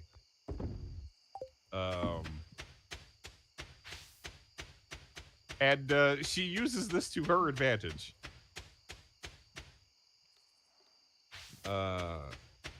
In the good ending,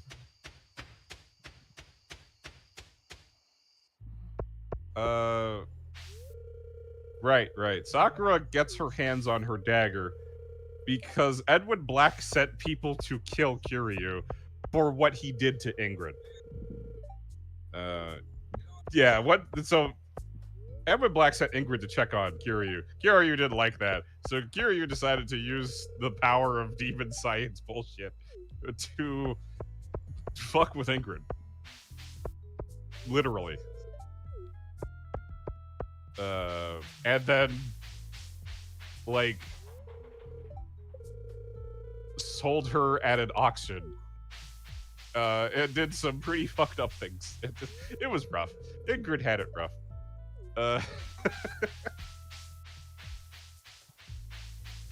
Actually, there is an entire OVA based off of what happened to Ingrid, because not everything happens on screen. So they have an anime of, like, a non-canon version of what happened to Ingrid.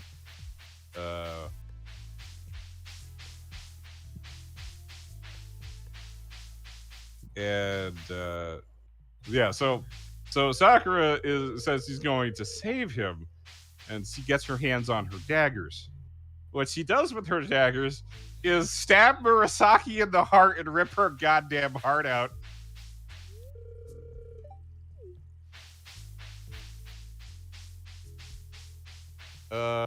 What this does is remove the demon seed that's inside of Kiryu, that Kiryu was using to take over Murasaki's body.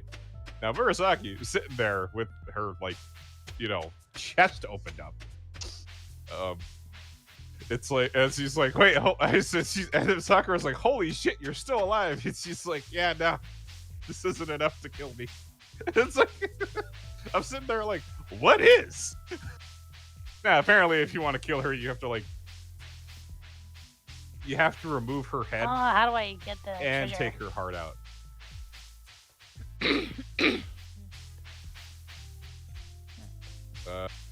After that, High five. they sort of High five. save Ingrid. High five. Kiryu is so badly injured, he gets taken over by the demon within, and he goes on a rampage. Oh, And he's they super just fast kind of around. leave.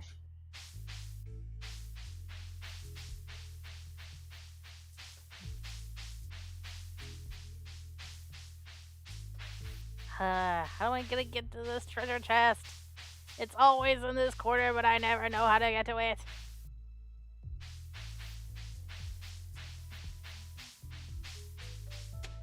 I bet they put it there to tease us. Unfair.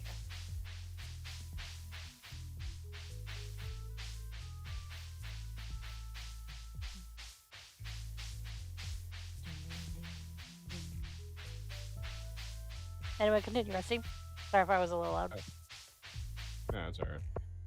So, yeah, they ended up getting away. That's the good ending. Now, they kind of retconned that into, like, they captured Kiryu, and now he works for the Taimanin. And Murasaki fucking hates him with a passion, which is completely understandable. Very understandable.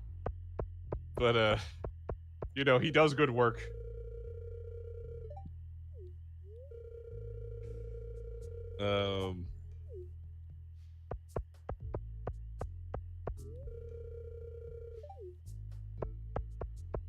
So the good parts about Taiman and Murasaki. The game starts showing off what school is like for ninjas. They give a lot more lore on the town that they are from, the ninja village, as it were. And the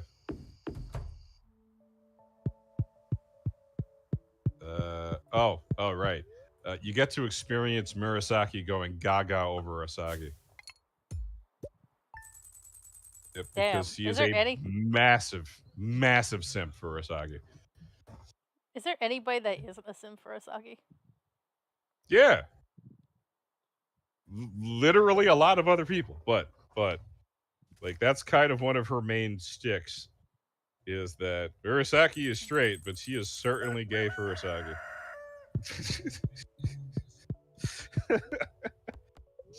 And there's lots of Yuri bait between between Sakura and Murasaki. Yeah. That's always fun. Oh my gosh! Let me learn another recipe, goddammit! Never. That's some bullshit.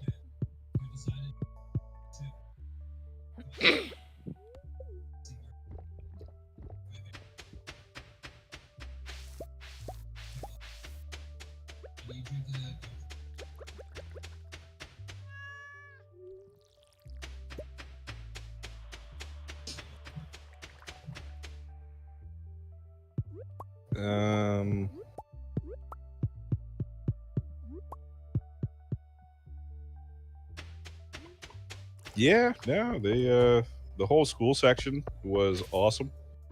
And we got to see Asaki do her job as headmistress.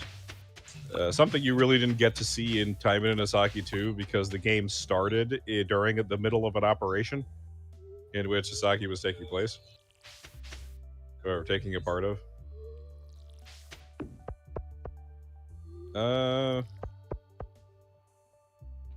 Asagi 2 started with them getting attacked by the UFS.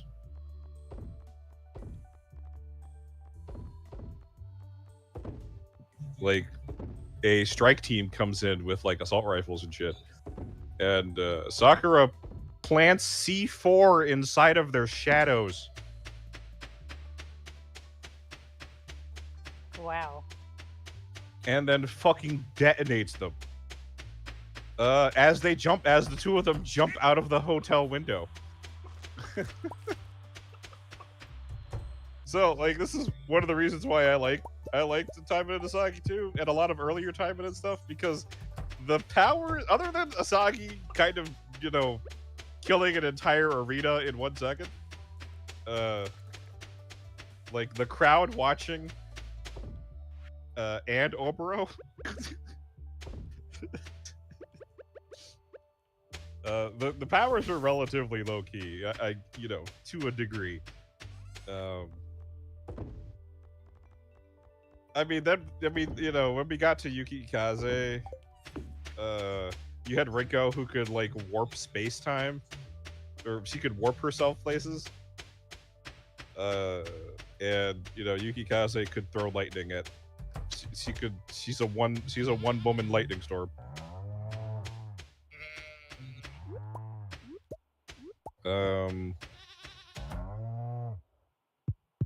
But they didn't go nuts. Not until like RPGX and Action Time, where it's like Rinko's like teleporting warp powers turned into she's gonna pull a meteor from space and drop it on a motherfucker. So I'm just like, I think we've gone places.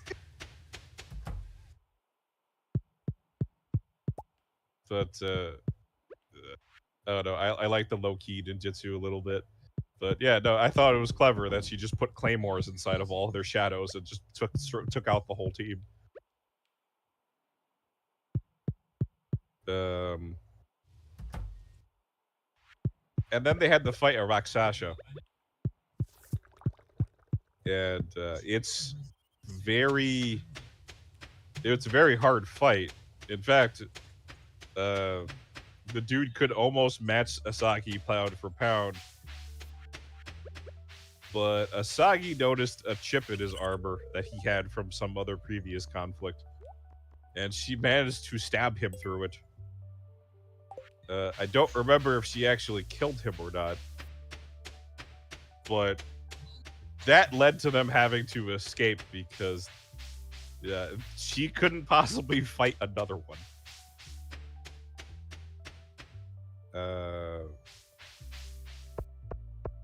This quickly spirals into her getting captured by the new bad, big bad evil girl in the series. Why can't I remember her name?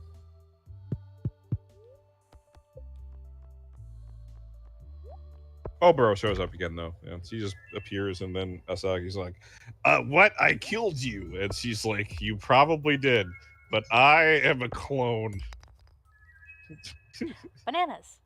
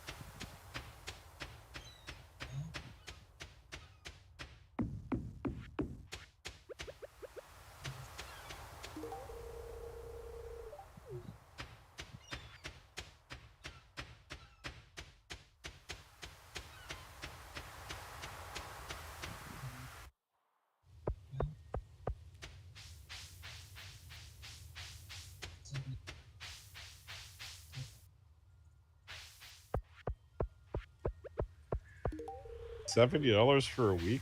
Yeah, sure, if you're by yourself, but if you have to feed more than one person, fuck.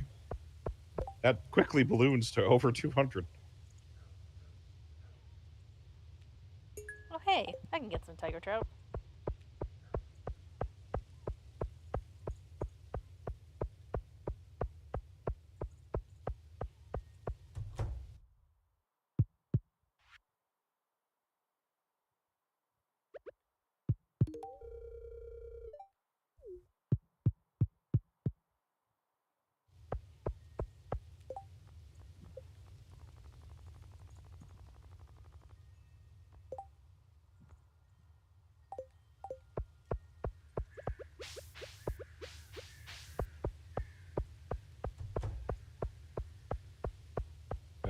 I can't believe I get it. If I look up Cyber to Asagi 2, the first thing I get is a Hentai Haven link. That's hilarious. I mean, you show me what most of the time women characters looked like, and I can see why they would look like they came from porn. Well, I mean, they did, but that's neither here nor there. Yeah, see, exactly. Her name point is was- Saya. Yep, there she is. Pause Yeah. real quick. Yeah, so Saya shows up because Obero's like, I have a new friend, and it's so the whole idea of Time and Asagi 2 is like dark reflections Hmm. because Obero is a fucked up version of Asagi. Like that's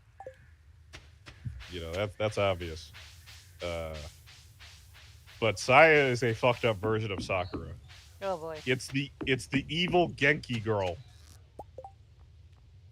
She's like a bioweapon. She's not actually a Taimanin, although I think she was like kidnapped as one and then turned into some kind of fucked up demon bioweapon. Instead of tentacles like Obero does, she has like bone whips and like some kind of fucked up spider body that she could just transform into. But she, Oh, the bone normally whip she just sounds painful. yeah, the bone whips come out of nowhere. She definitely does things with them. Do they actually have a picture of what her fucked up form looks like? I don't think you ever did. Yeah. Oh, well, no, she does have tentacles. Yep. There they are.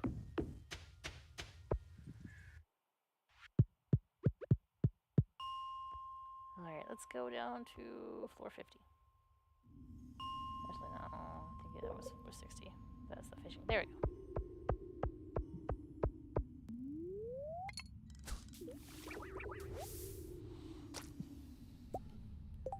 One algae is alright. I just need one more algae.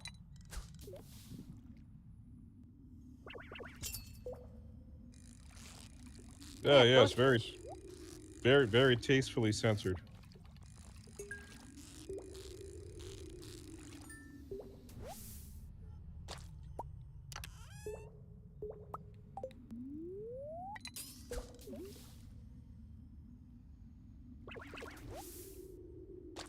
Alright.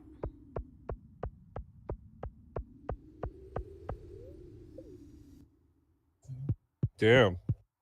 I don't remember Sakura getting stabbed like that. Holy shit.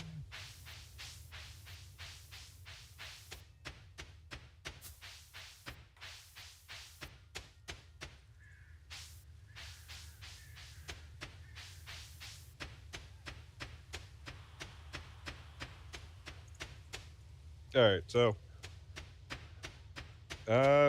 yeah, you get to see like what would happen to Sakura if she ever turned evil. And so that's a it's a gross simplification, but it is a pretty good idea of what Saya actually is. She um so she kind of Obero focuses on Asagi, and then Saya focuses on Sakura and doing horrible, horrible things with her giant spider body. Um, yeah, no, it gets pretty rough. If I remember, I think Asagi ends up killing Saya. I think she kills everybody, but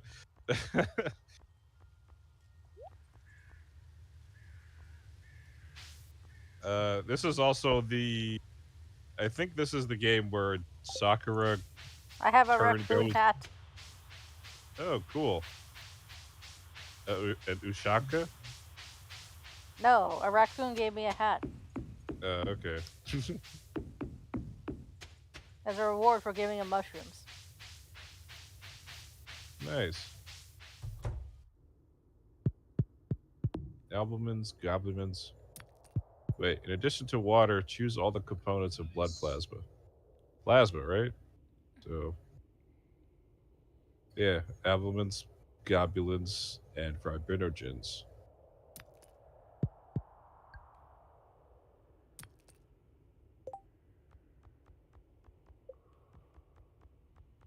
Electrolytes and nutrients and platelets. No, not platelets. Yeah, you son of a bitch. Okay. Yeah. Yep. Yep. So, you got to. don't know if I can do a whole breakdown of Asagi 2, but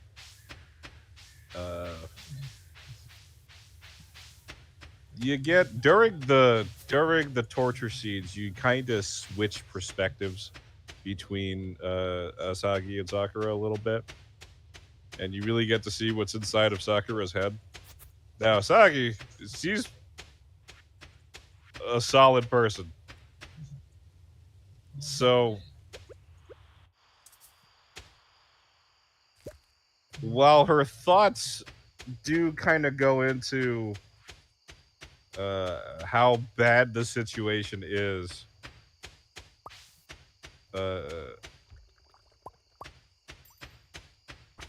you she it's you get a sense of it, but you really get a sense of how bad the situation is when you switch over to Sakura. Despite her also starting to be a solid person, she's not quite there yet.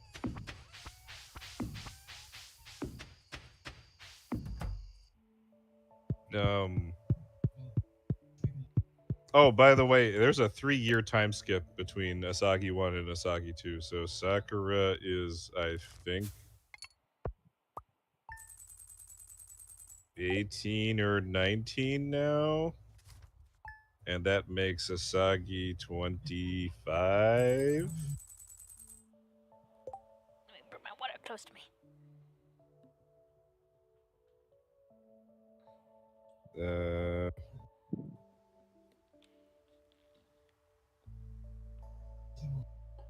And the oh yeah. Oh yeah, Sakura also goes demon mode because she gets fucking tortured to that point. Now, the whole point was to turn them into like. Okay. So, in terms of what Edwin Black wanted to do to Asagi, Edwin Black wanted to bring out her demonic side. And how, like, Time and It all have a demon. This is the game that introduced the whole Time and It all have a demon inside of them.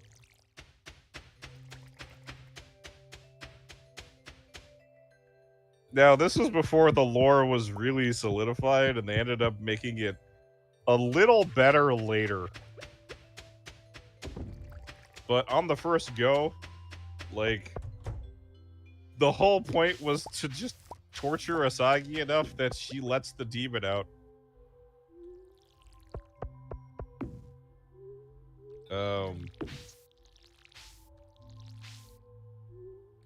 And I think it happened when Sakura got badly injured.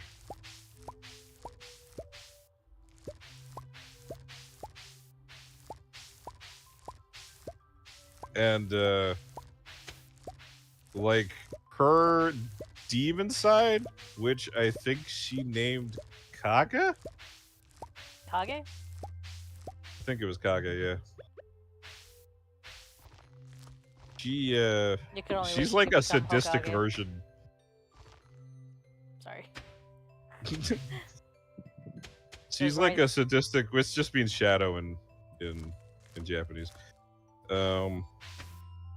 She's like a fucked up sadistic version of Asagi.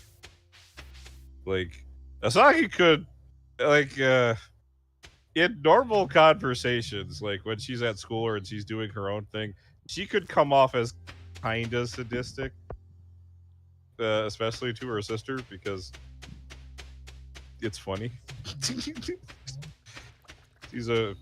she's quite strict, as it were. But that gets taken to a whole new level when it's her demon side, because she just wants to fuck people up to watch people burn, man.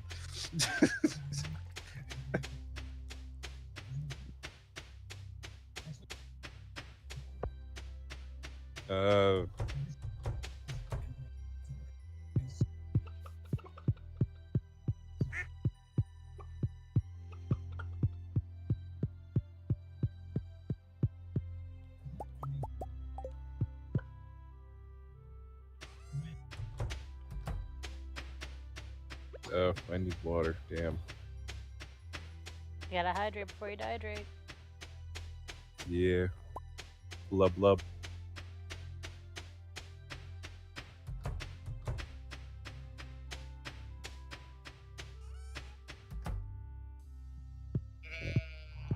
Gotta close the barn and the coop. So, because it is winter and my animals must stay warm. Ah, smart.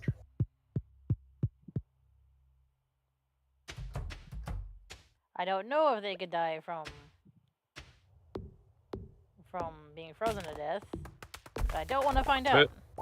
But it'll definitely make them uncomfortable.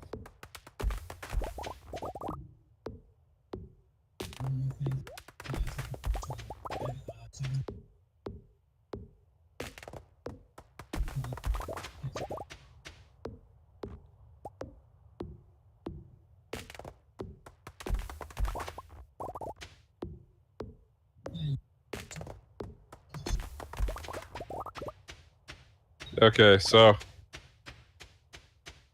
I mean, I know I didn't give a super great explanation of Time in Asagi 2, but you know, there is that. Time in Asagi 3.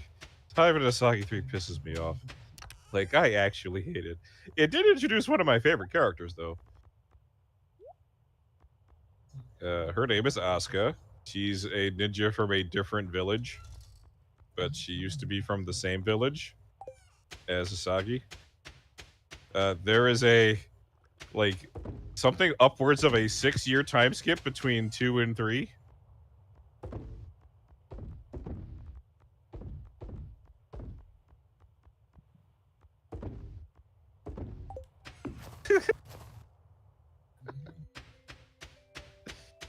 Oh, that is always funny to look at. Throws an impact grenade, the Bile Titan just freezes in place, melts into the wall.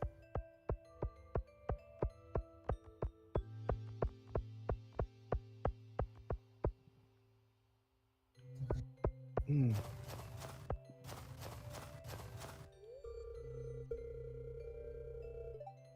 Everyone's indoors during the winter, so I can play in guitar. So I can play in guitar as loud as I want. And no one will ever give me shit because it's too cold. The way everything looks when it's covered in fresh snow. Yeah.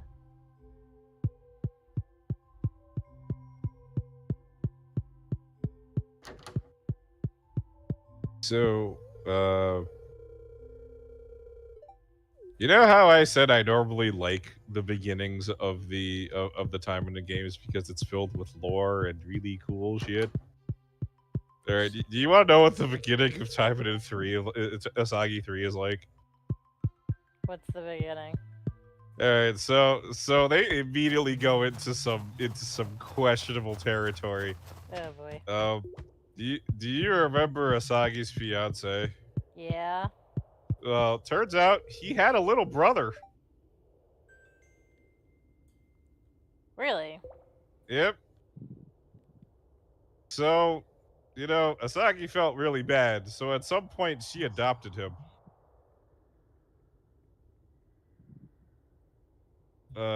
She also adopted Asuka. That's why I brought her up because she. After an accident in which Asuka's arms and legs were blown off, she got them replaced with cybernetics.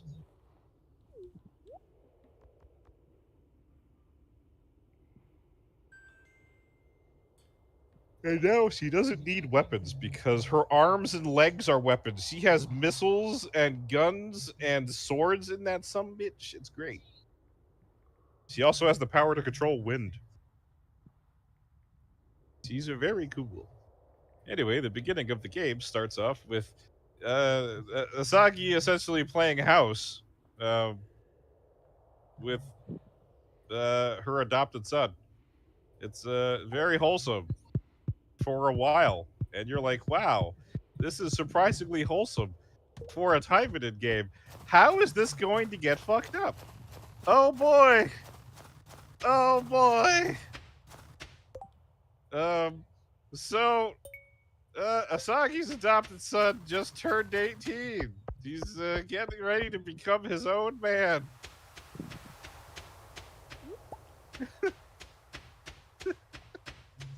Oh god. Is this going where I think it's going? You think you don't know? You don't think you don't know, but you know. So what he does is he's got this plan. He's like, I gotta tell her I love her, and it's like, but she's my adopted mom. Oh god. Oh no. Oh Oh man, and then we no. switch over to Asagi's point of view. Oh man, it's cringe.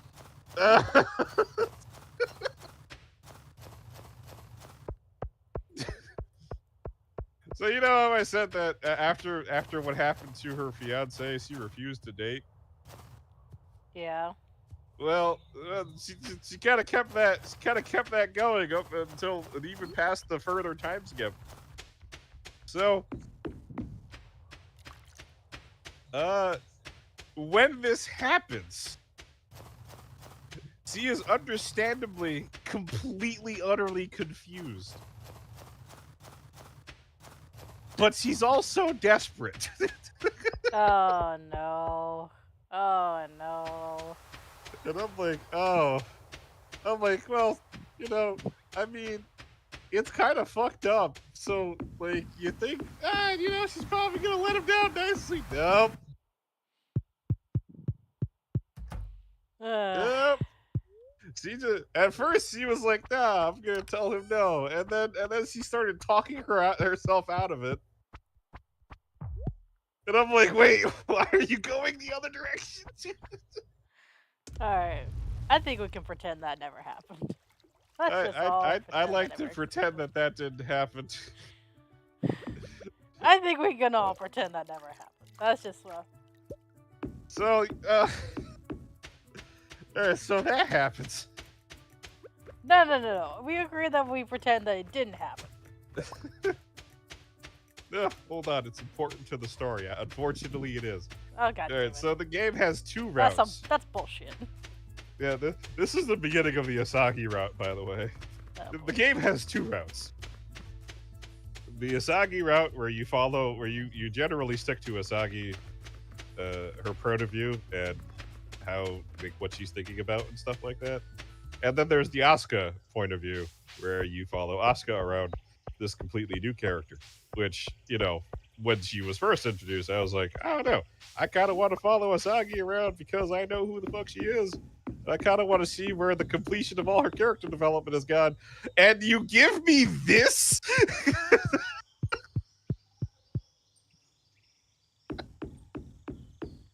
what happened? Daytime drama level. Are you really attracted to an old woman like me?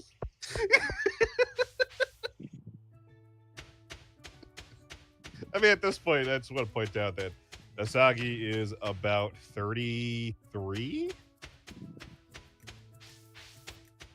because of the 6-year time skip between 2 and 3. Yeah, so that's where that came from. She is about as, so just to give you a little context, she is about as old as Shiranui is in the current timeline. Oh. So Shiranui is like 33, 34. But with having an 18, 19-year-old daughter, it's pretty fucking young.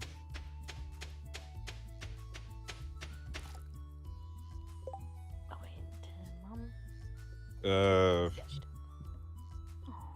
Yeah, we ain't gonna talk about my favorite character in all of time today. We're not gonna talk about Shiranui just yet.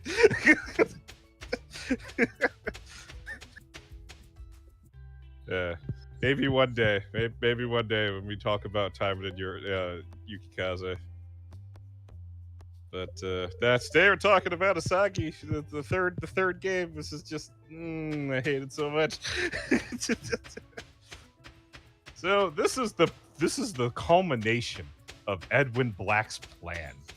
All right, Time in Asagi 1 was the test to make sure she was worth it. Time in Asagi 2 was laying the seeds down. Okay, I could have worded that better. Yeah, you could have worded that better. Asagi 2 is about laying the seeds down for this plan. And 3 was when he was going to execute it. Now, Edwin Black, he's going for the long game. He's going to take Asagi for himself and turn her into a vampire so that they can rule the world together. Horny old ass man. I'm just joking. I'm joking. Well, he is apparently old. He is like one of the original vampires. That's why he's so powerful. Like you get a lot of lore on Edwin Black in this game. You didn't really get a whole lot in 1, 2, and in Murasaki. You only got like little bits and pieces. In Murasaki, you got a little bit of how he runs the company. 1 and 2, you just see him for like 5 seconds. In Murasaki, he literally bangs Obero's clone in front of Ingrid. Damn. Knowing exactly how Ingrid feels about him. So if you're ever wondering how evil this man is, you know, there it is. Man, that's diabolical. Yeah, just cucks his best subordinate to keep her loyal. That's evil. Yeah, it's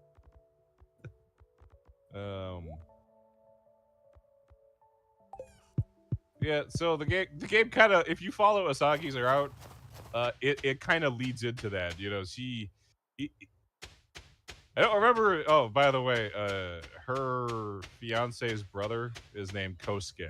So her fiance was named Kyosuke, and his brother is named Kosuke. So Edward Black, in a bit of a rehash of the first game, kind of starts fucking with Kosuke, trying to get to Asagi from him. And that's kind of how that ended up going. You know, she eventually gets captured, tortured, fucked up, and then if you follow Asagi's route, you get the bad ending. Where she becomes a vampire? Yeah. And let me tell you, I'm not gonna lie, Asagi looks hot as a vampire. I mean, damn, I'd simp too. I'm just saying, but so it wasn't all bad. I mean, you know, I hated it, but it wasn't all bad.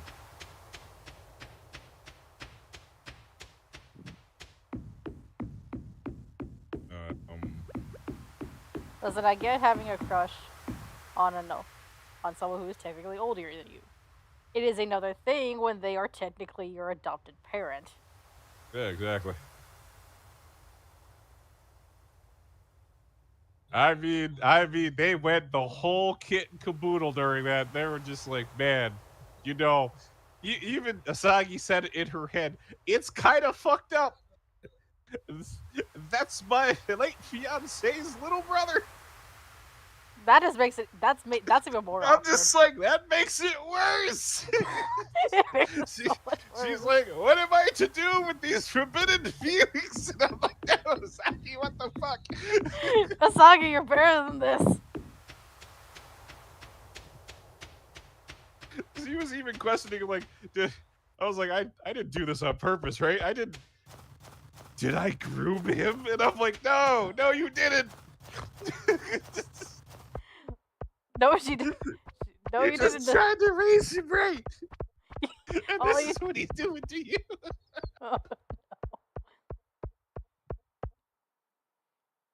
Oh man. Oh, I was like, damn, this Yep. is just. Oh man. You know why? You know what I would do? I'd look that boy straight in the eye and say, she's not gonna fuck you. But she shouldn't fuck you. Well, no, she shouldn't, but she does. No.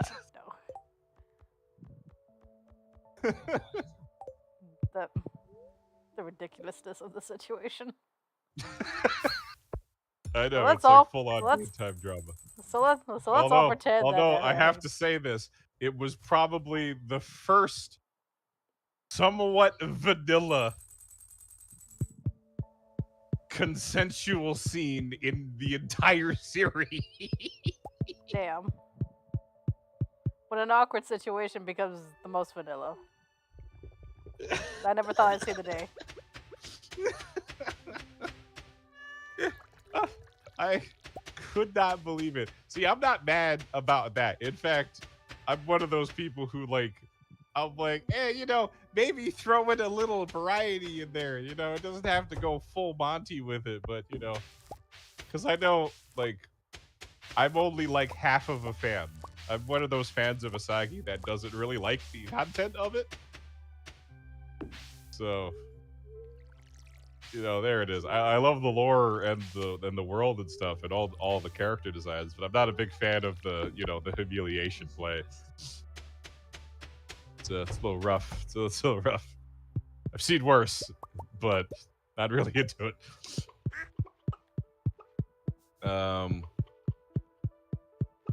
The people who like Taiman and Asagi are the kind of people who really like 50 Shades of Grey. Oh, I am not one of those people. I like Taiman and Asagi for the story and not the porn. That's just me. I have to sit through it. I have to suffer through it.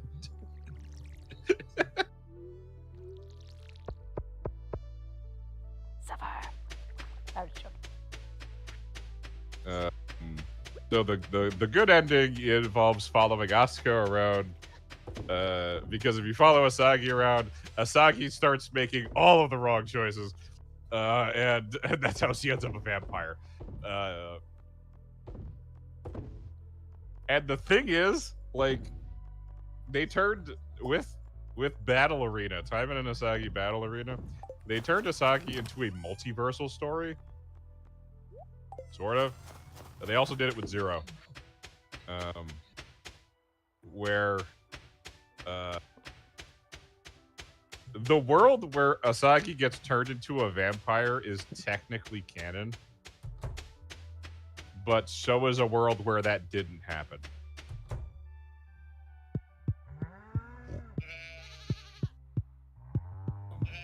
And Edwin Black loses. Here's the thing. Edwin Black can't lose because every time he gets into a point where he is going to lose, he just quits the game and loads his save. He has save state powers. That's why he could never lose. Loser. Exactly. So you remember that Bullet Train story where he grabbed the finger of Sakuna and then was like, yes, and then he puts it down and closes the case. It's like, get this out of my sight. I'm curious, what would it have done to him if he actually did swallow it? Probably would have been taken over by Sakuna. A couple of things would have happened, and there were all things I thought about. Where it's either he got taken over by Sakuna, and then he would have gotten into a fight with Gojo, and that wouldn't have gone well. So,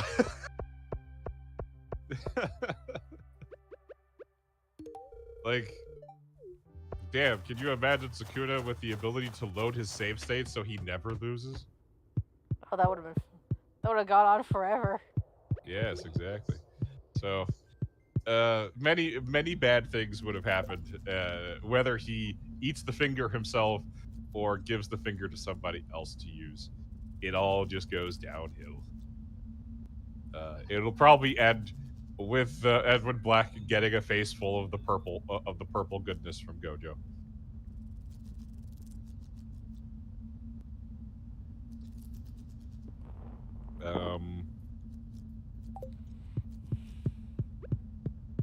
So he loaded his save state before he ate the finger and was like, yeah, we're not going to do that one. This is a terrible idea. Send it back.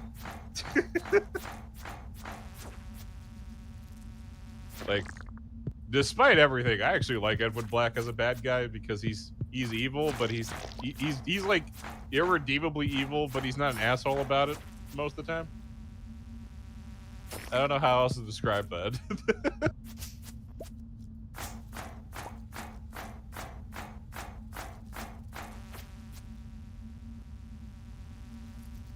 like, despite okay, I guess I could. Despite basically cucking his best subordinate to keep her loyal. When she got captured by Kiryu, he went personally to go rescue her. So there is that. Like that. Like he's a bad guy, but he's not a complete monster. He's a smart monster. Yeah, that's the word I'm looking for.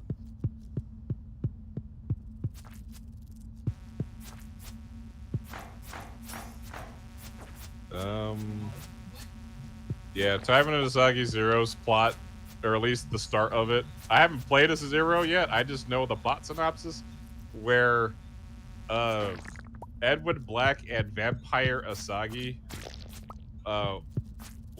go to a different world to steal Asagi's younger body.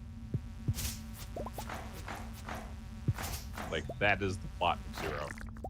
So you get to see what Asagi was like when she was 16. Which is an interesting concept.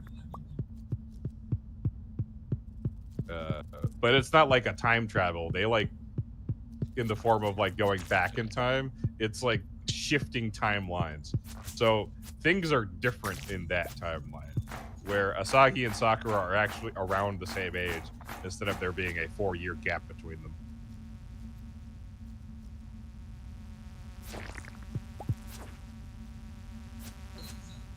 Oboro didn't turn into a villain. Oh yeah, I forgot about that storyline. By the way, the real Oboro ended up changing her identity because the clone Oboro basically destroyed what little trust she has. So she wears a mask like she's Char. And her whole thing was that she was traipsing around in the America. It's called the UFS. So she was traipsing around the UFS trying to sabotage Nomad. Yeah, she ended up dying in Asagi 3, so that's just fucking tragic.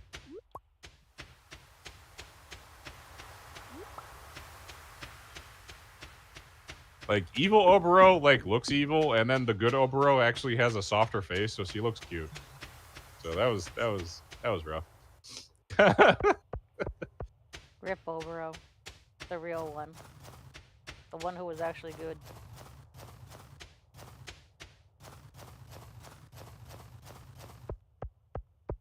Yeah, I did say, I'm like, yeah, Oboro would be hot if she wasn't fucking evil, just saying. My prayers were answered and then swiftly taken away.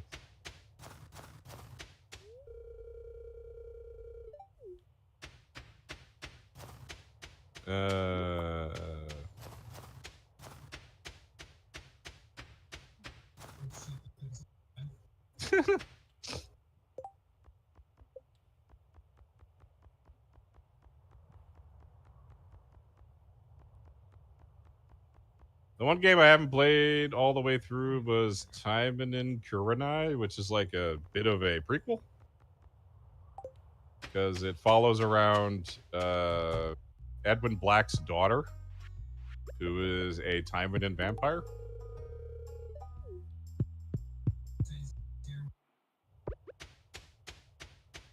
And then her half-sister...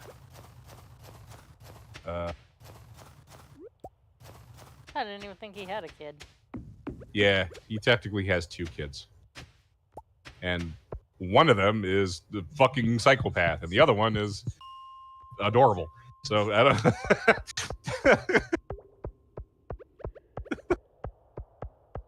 The duality of not having a father around. No. They've had a father figure. It's just that the adorable one decided to run away from home, and the psychotic one is, she really is. She may be troublesome, but she really is just a daddy's girl. They kind of play her for laughs now more often than her being a serious villain, and I do the same thing.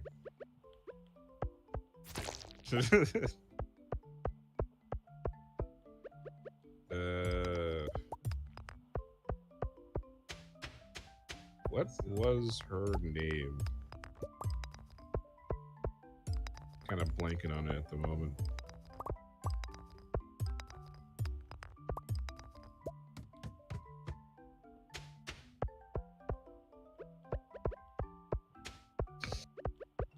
Hmm.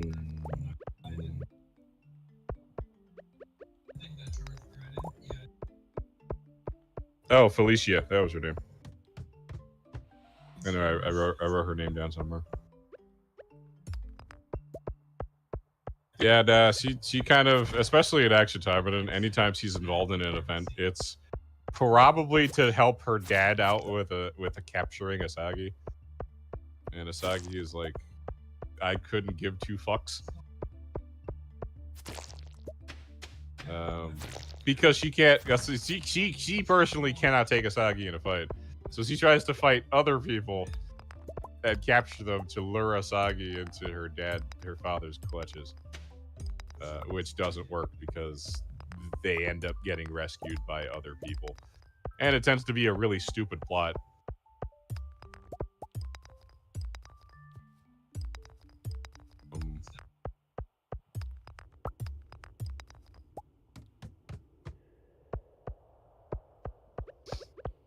Yeah, yeah, but in Kurenai, like Felicia is like the main bad girl, the big bad evil girl, or the BBEG.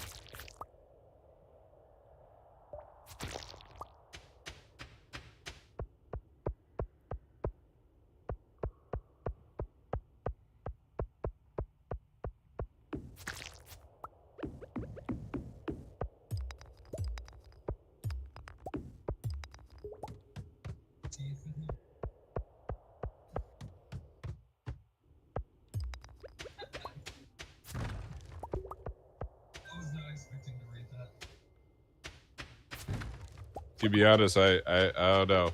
I sometimes go back to read that Bullet Train story and just kind of get a good chuckle out of it. I think that might be one of my favorites. Yeah, I want to be honest. Any bullet train story is really fun. Like I definitely, Yeah. I know I definitely had fun with mine.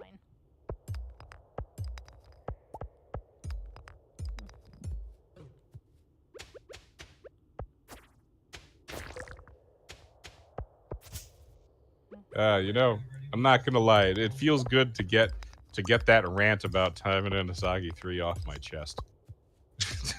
Listen, I understand why you after finding out how it started, I would understand.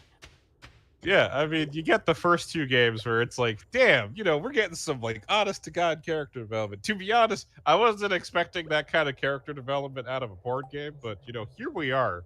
Japan just got above the grain every time.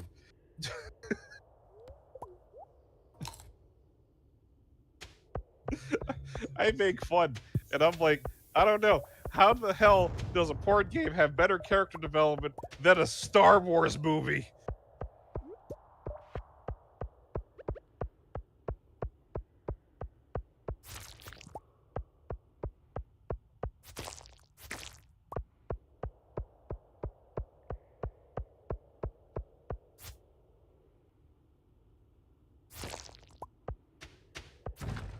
Thing, and you know, Asagi is basically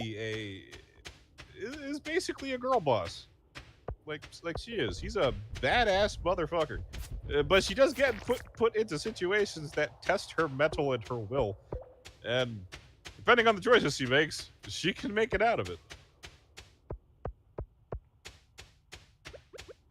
And Take that willpower that's check, one of the Asagi. I know you reasons. can do it. Oh, sorry. It's that little bit that makes me smile, and it's one of the reasons why I like the Time and Asagi series, even though it's not really what I'm into.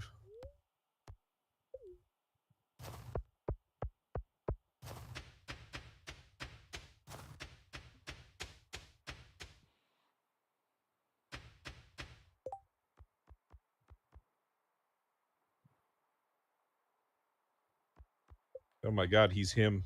He's John Helldiver.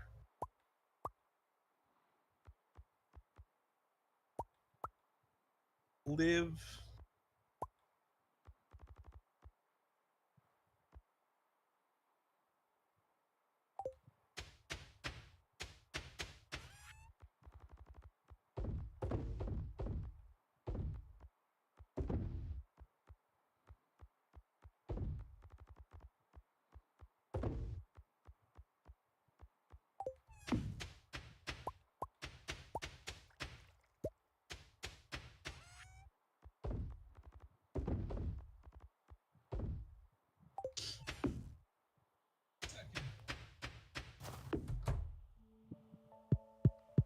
Hmm.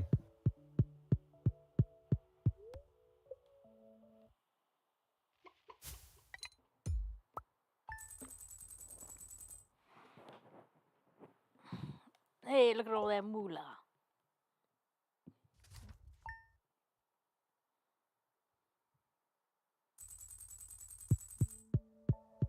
Alright. Now can I learn a new recipe? No. Ah! Ah. I already know this shit. I already know how to make crab cakes. Could never learn a new recipe. This is some bullshit.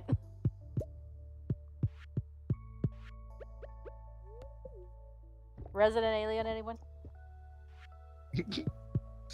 No? Dang. Tough crowd. It's a funny show though. It is a funny show. Have you seen it yet? I've only seen clips. Oh, you need to see the full thing. It is absolutely hilarious.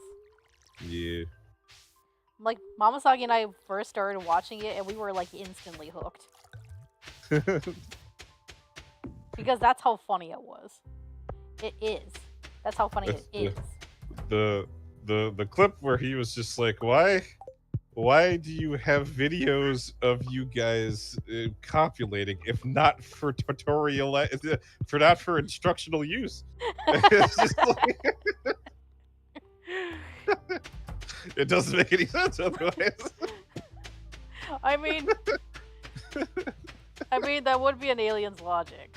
Wouldn't you agree? Yeah, but there are some actual honest-to-God tutorial videos, which I find absolutely hilarious. I have seen a few of them, too. I mean, they weren't meant for me, but... Dang, man. You were in the dope before you ever realized. No, I'm just joking.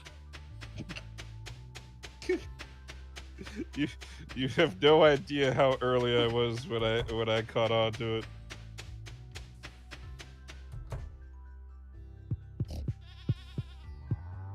Oh, I sold one of my pigs, Barry. Sold your pigs? Nah. Only one of Nah. them. And now he's going to be eaten, turned into pork and sausage and fat to be licked on the chops. What about bacon? Why are you leaving out bacon? Well, technically, bacon is pork, so I figured it's all lumped in there. You can, yeah, pork can literally be that. The pig can Pork literally be. be bacon, ham, pernil.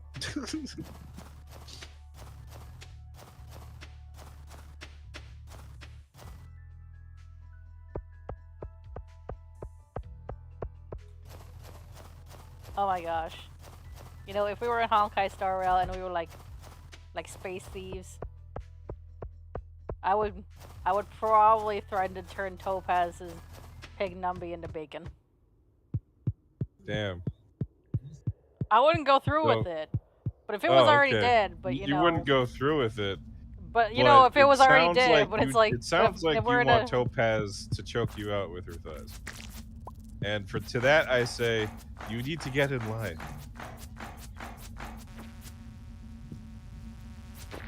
No, I'm just saying, have you. Listen, my logic is, have you never had space bacon before? No. I've never But had. I've You're never had threatening space. somebody's. You're threatening to eat someone's pet. All right, Listen, that is I would grounds for only getting threaten. choked. I'm just saying. Listen, I would only do that if we were like held at gunpoint, and I Yeah, needed to find a totally. way to get us out. Yep, and the only way to get out is to threaten somebody's pet and then get choked out by her thighs. I could definitely see Wait, why? where you're going with this. Wait, why thighs specifically? Why thighs specifically? Because what else is she gonna do to choke you out with? Her legs are the And she has strongest a muscle gun. on her body. Yeah, no. You need to be choked, not shot. There's a difference. I'm pretty sure that's what you desire. I mean, yeah, that's why I said you got to get in line. I'm first. If you didn't know, Usagi. Well then you gotta be the one to threaten our pet. No, I'm gonna find another reason to get choked.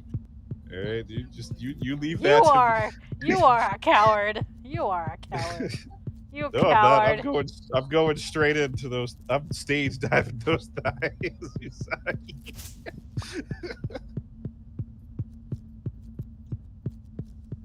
Yeah, well we need an escape plan. We can't just stick around I just so don't you can plan get to shot. escape. I plan to die. Well then Razor and I are gonna have to drag your ass out.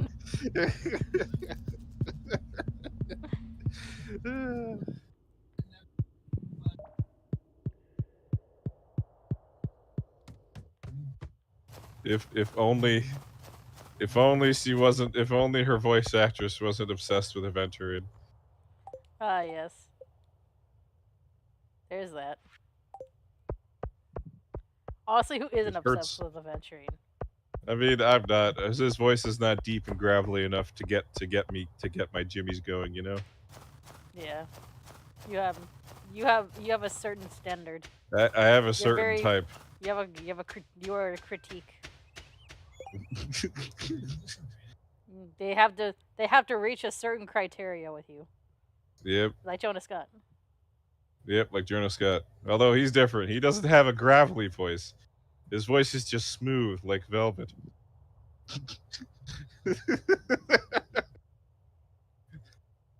Honestly, who wouldn't fall in love with that voice? I know, right? Like the moment I heard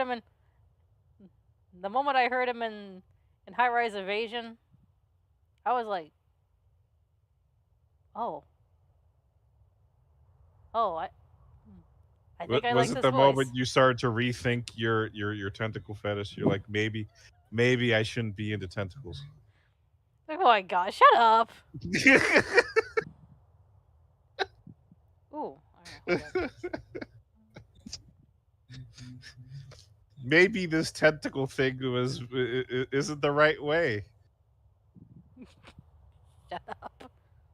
All right, so I remember like when my uncle was a teenager, right, and I was a kid. I remember like some random chicks would call the house to see if he would pick up, and we later learned that they did that just to hear his voice. And so now I understand why someone would do that after hearing Jonas Scott's voice. Yeah. That was back before cell phones were big. That was when people were still using landlines.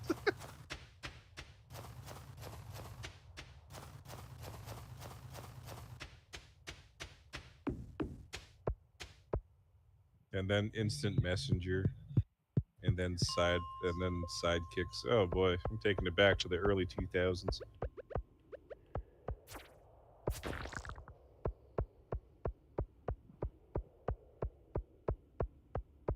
Oh boy, are you excited for Thursday? Technically, it's my Friday. Oh yeah, technically it's your Friday. Are you excited for your Friday? Hell yeah. Oh boy, I can't wait. I put them in so much, or yeah. So in my last session, this rather than kill them instantly, the evil Duchess went ahead and gave them a challenge to get 3 things for her. So right now they're finding a gem that the old alchemist left behind. May he rest in peace. And so unfortunately the gem attracts demons. And one demon in particular showed up. It goes around and sucks the life out of magic. It eats magic. So, but the moment the physics catches sight of it, she starts freaking out and desperately tries to dig the gem out. Well, everyone else has to cover for her.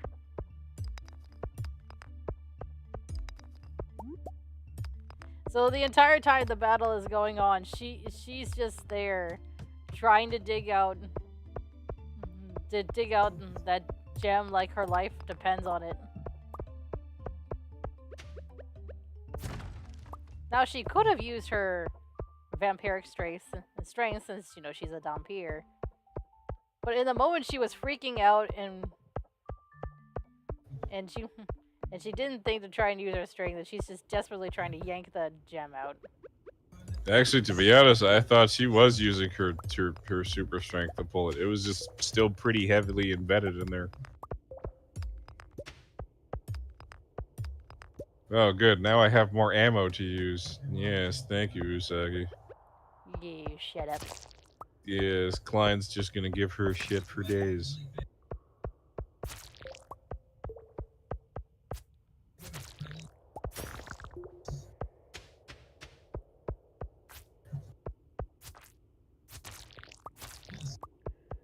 Quick question: how long will the three ladies be there? They will probably go do their quest and then come back. If not all three of them, then just Claudia. Oh yes, Brocon. I mean, hell, she finally gets to see. She has a chance to see her brother. She's probably gonna take it.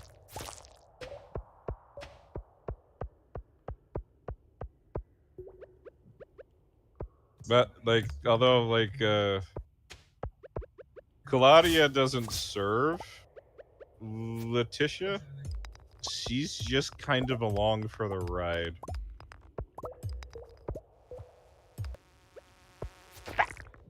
Aha! Ooh, what is this? Ooh, what's this? Basilisk paw.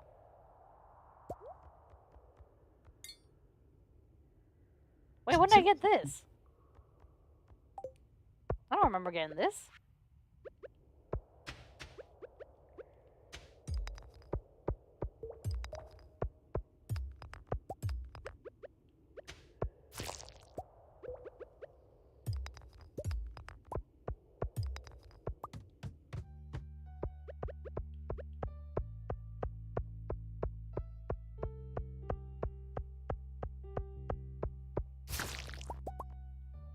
Ooh. Alright, time to get drunk. Ugh. Ugh, where am I? Hey, who are you? Fuck it. I gotta get... Then I just drunkenly fall down the stairs. Oh, God! Yeah.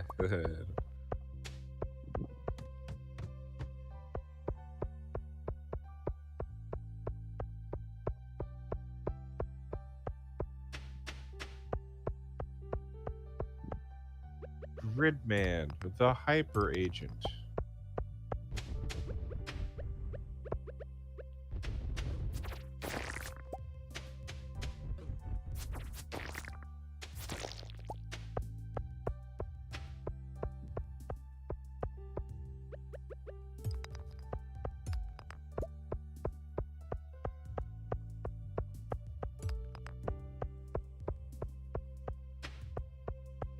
You know what would be messed up, Rusty? What's up? If we watch High Rise Evasion together again, just to do the drinking game. Yeah, I'm down for a bit of memory lane. It's a horrible memory, but Yeah, but I'm doing as long as we watch it in English, so I can listen to the smooth tones of yes.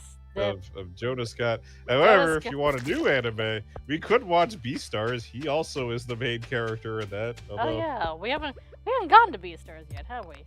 Yeah, and I'm sure you're gonna be a big fan of the bunny character in that one. You're gonna love her, trust me. Alright. He's everything you could ever want in a character.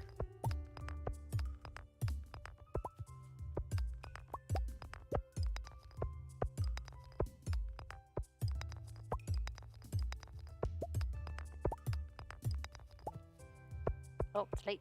I better return.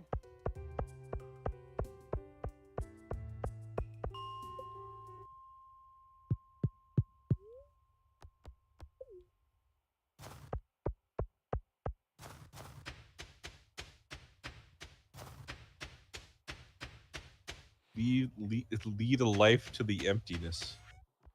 I don't know about that. Wake me up inside. I'm just joking. Are you a big fan of effervescence? Yes. Oh, Believe it or killing not. me here.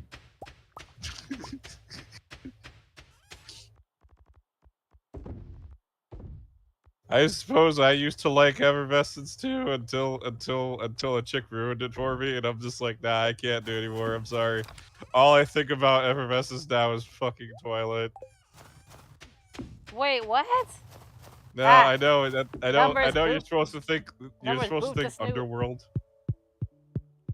When did Effervescence play for Twilight? Nah, that's just a personal thing. I remember I told you a girl ruined it for me. Anyway, Effervescence was mostly Underworld for me for a while. I love the Underworld movies, at least the first two. Yeah, I don't know about that third one. the first two was pretty good.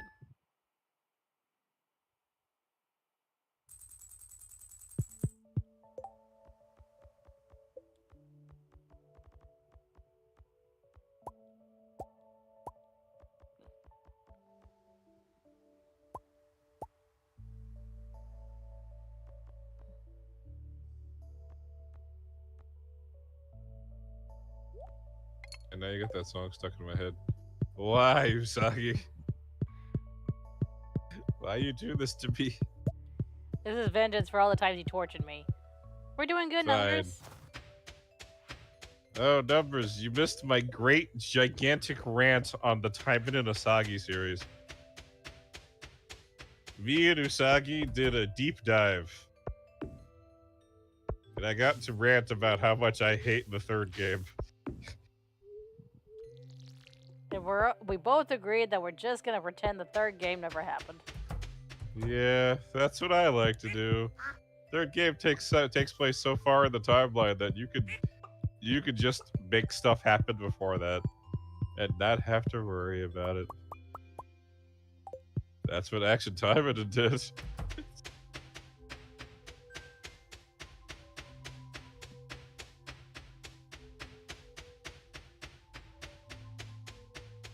How is it that everybody else is wearing a winter attire, but I'm the same? Because you don't need it. Your sheer awesomeness is what gives you warmth.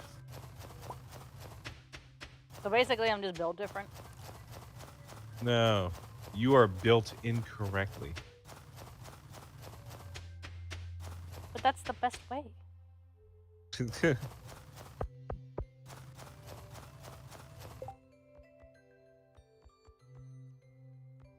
Gunmetal Gothic? That sounds cool.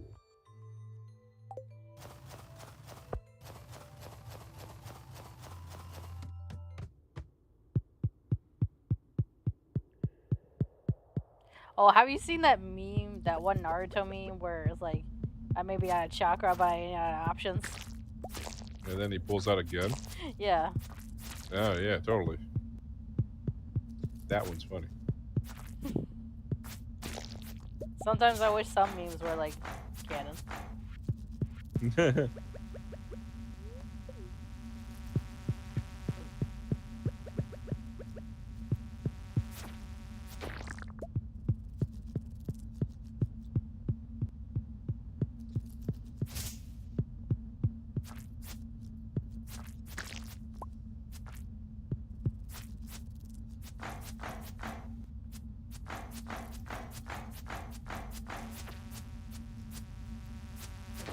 Anyway, how are you, Nummies? Assuming you're still here.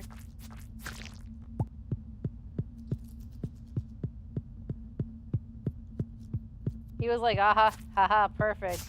He might know what Taimon Nasagi is. I mean, I would assume so, given the reaction. If you know, you know. Anybody who was here during that rant, they now know what I know about Taimon and Usagi. Well, not everything. I didn't get to talk about Taimon and Yukikaze. That just sounds like if the Yakuza was involved. Yukikaze literally means windstorm. No. Snowstorm, my bad. Because Yuki is snow. Number says not bad, just rebuilding the shocking computer. Oh. Cool. I'm glad. My uncle, like, somehow broke his computer. Like, it crashes every time he starts a game, or it does anything stressful. And him and his computer buddy from the Navy don't know how to fix it.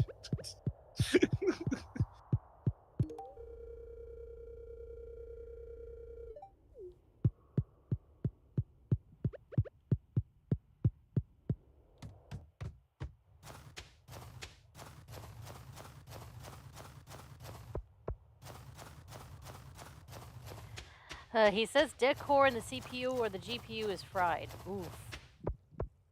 That sounds about right.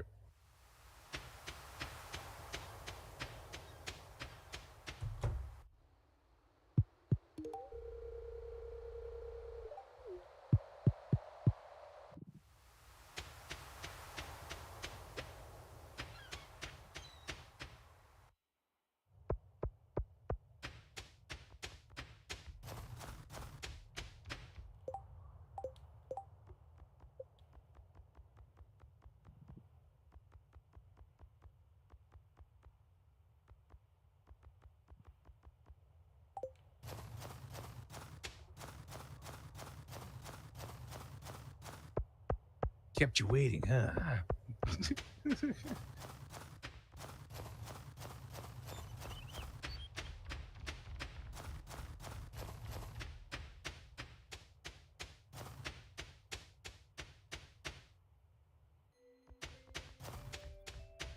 Yep, absolutely entranced by that nice-looking Moogle plushie. I thought you hated Moogles. I do. However, if Lulu from Final Fantasy X is holding it, I'll fucking love it. Member says my PC is fine, but a friend asked me to have a look at their PC. I sat there and said, you need a whole new one. Thing was a fire risk. Oof. Damn. It was probably covered in gooch dust.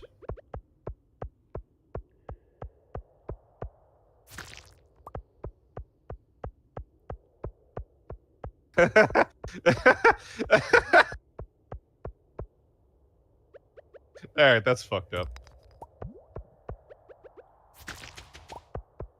It's like the free trial has ended, so we got nerfed. I feel bad.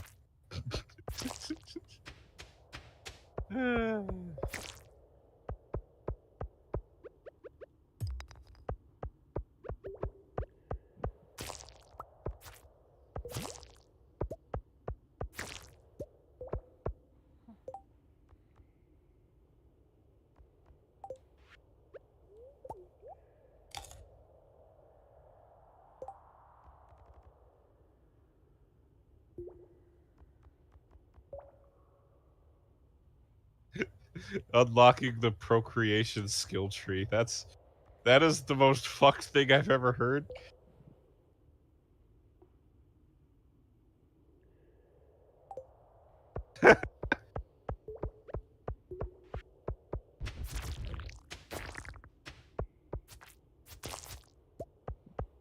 Damn, Menarche at 9 years old is wild. I mean, I know it's possible, but that is, like, really early. Wait, so a 9-year-old became an anarchist? Menarche. Oh. I thought you said anarchy. No. Do you know what menarche is? No. It's the beginning of the menstrual cycle.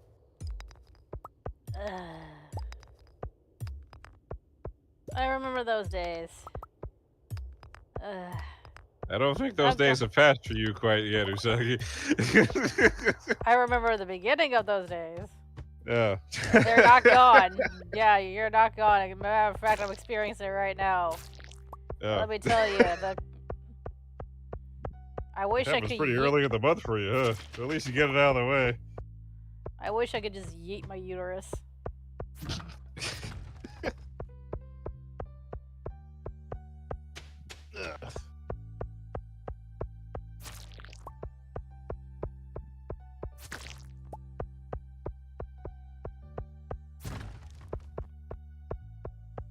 You don't understand, Usaki. Your uterus is what gives you power.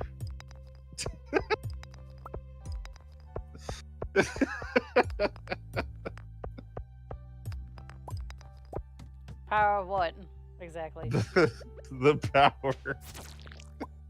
The power of woman. Oh man, haven't you seen Final Fantasy The Spirits Within? No. Really? I have not seen it, trust me. Oh man. You know what? If you don't pay attention to it being a Final Fantasy film, it's not terrible. It's just kind of average. No. Fairly forgettable for as long as it is. But Oh, have you ever seen Final Fantasy Ultimate, that movie? yes. I've seen the Crystal Chronicles, which was all kinds of hilarious. Ultimate and the Spirits Within. And that one with the guy who shoots the 3 colored bullets. What do you think of each of them? Because I haven't seen Ultimate or Unlimited since I was a kid. Yeah, I haven't seen Unlimited since I was a kid. I've been meaning to rewatch it to see if it was as hype as I thought it was back in the day, but I haven't gotten around to it.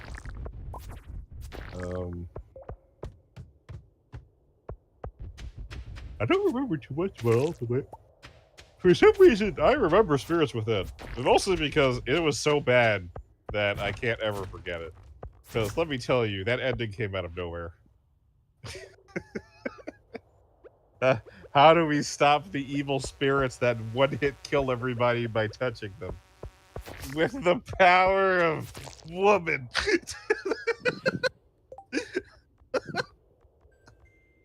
Is that where that came from? No, it came from feminism. But at least Spirits Within tried to make it cool.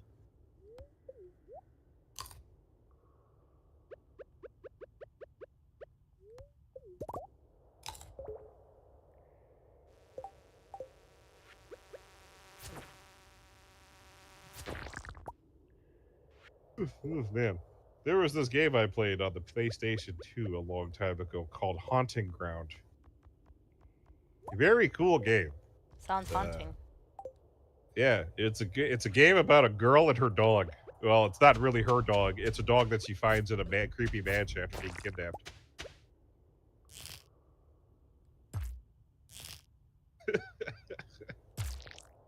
Man, the plot of the game is fucking crazy. It's about like there are 5 serial killers inside of this mansion all looking for you. And the reason why they want you is because you, the main character, have an extremely high amount of something called Azoth. And so they're trying to chase you down and lock you into the basement so that when the time Number is right. says, where's the fun in that? Rusty, that guy who fired those 3 color bullets dub is weird. He turns himself into a bullet. Oh, yeah. You know, I'm going to be honest with you. I am so far removed from that. I barely remember what happened. All I remember is when I was a tiny, tiny lad, I thought the 3 color bullets were so cool.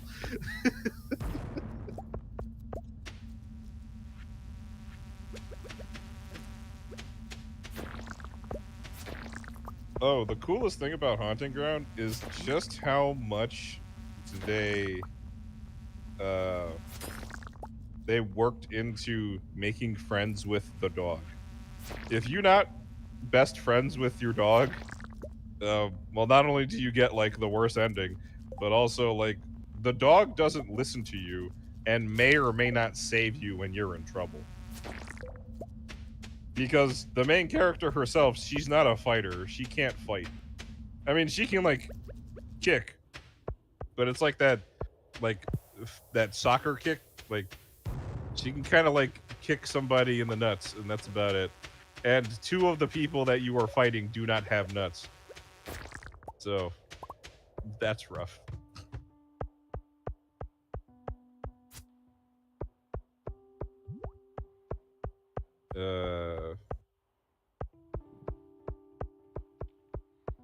Like the fact that you have to go, you really do have to like make friends with the dog. And the dog, you have to, the dog has to respect you. You can't just like praise the dog all the time because the dog's gonna be spoiled and then he's just like not gonna respect you. Nah, you gotta praise him when he does good and then punish him when he does something he's not supposed to.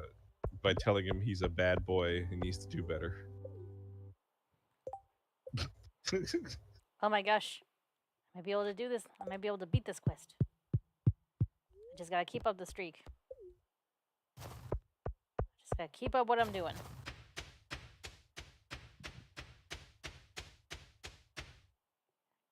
I mean, right. About Haunting Ground. Now, it is a banger of a game, but it also has some of the cringiest lines I have ever heard, and I fucking love it. Let me tell you, when a conversation with a crazy wizard serial killer man begins with begins with "You will surrender your womb to us," you know you're in for a crazy time. Wait, did they say? What did they say? They said, "You will surrender your womb to us." They really said you'll surrender your womb? Yes. Because that's apparently where the highest concentration of Azoth is.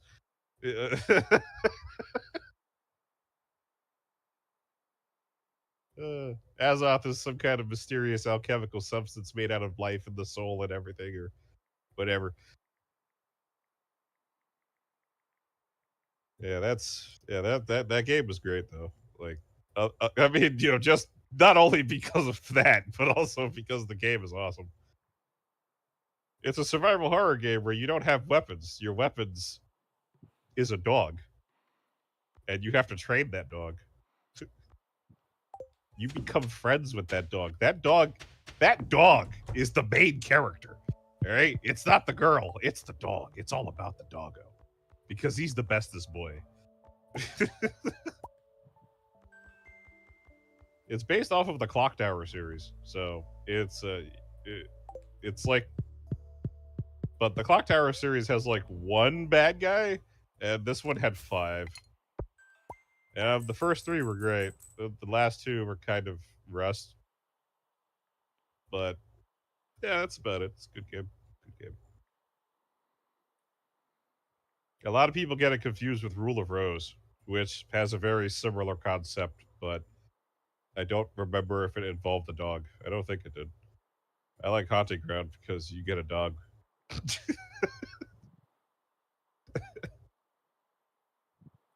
You can play with the dog. You can tell the dog to dig stuff up for you. The dog will save your life if you're being attacked by a serial killer, and if he likes you enough. Like the amount of work they put into the dog behavior is like an entire essay on itself.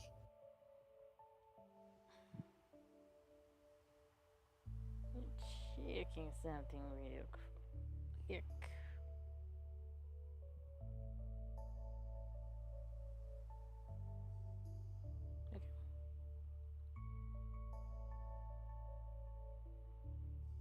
Mm.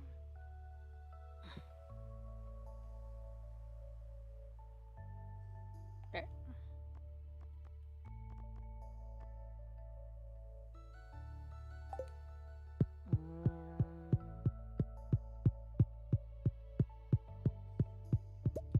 Oh man. Oh, it's 2 a.m. Shit. Why hasn't the melatonin kicked in yet? Well, I should be heading to sleep. Yeah, I should be, I should probably call it here too. Yep. I'll see you later, buddy. Bye-bye, Rusty. Always happy to have you. Rusty's great. Alright, I should call it here because it is around that time. Tomorrow will be some Fallout New Vegas. Because I did promise I would play it, but since it's a Wednesday, I need to try and keep up the Stardew streak. Anyway, thank you all so much for joining me. I hope you all enjoyed yourselves. If you liked this video, be sure to click that like button. If you want to see more of my content, be sure to press subscribe and hit the bell. Remember to be happy, remember to be healthy, and remember to be heavenly. Good night, buddy kisses. Bye bye.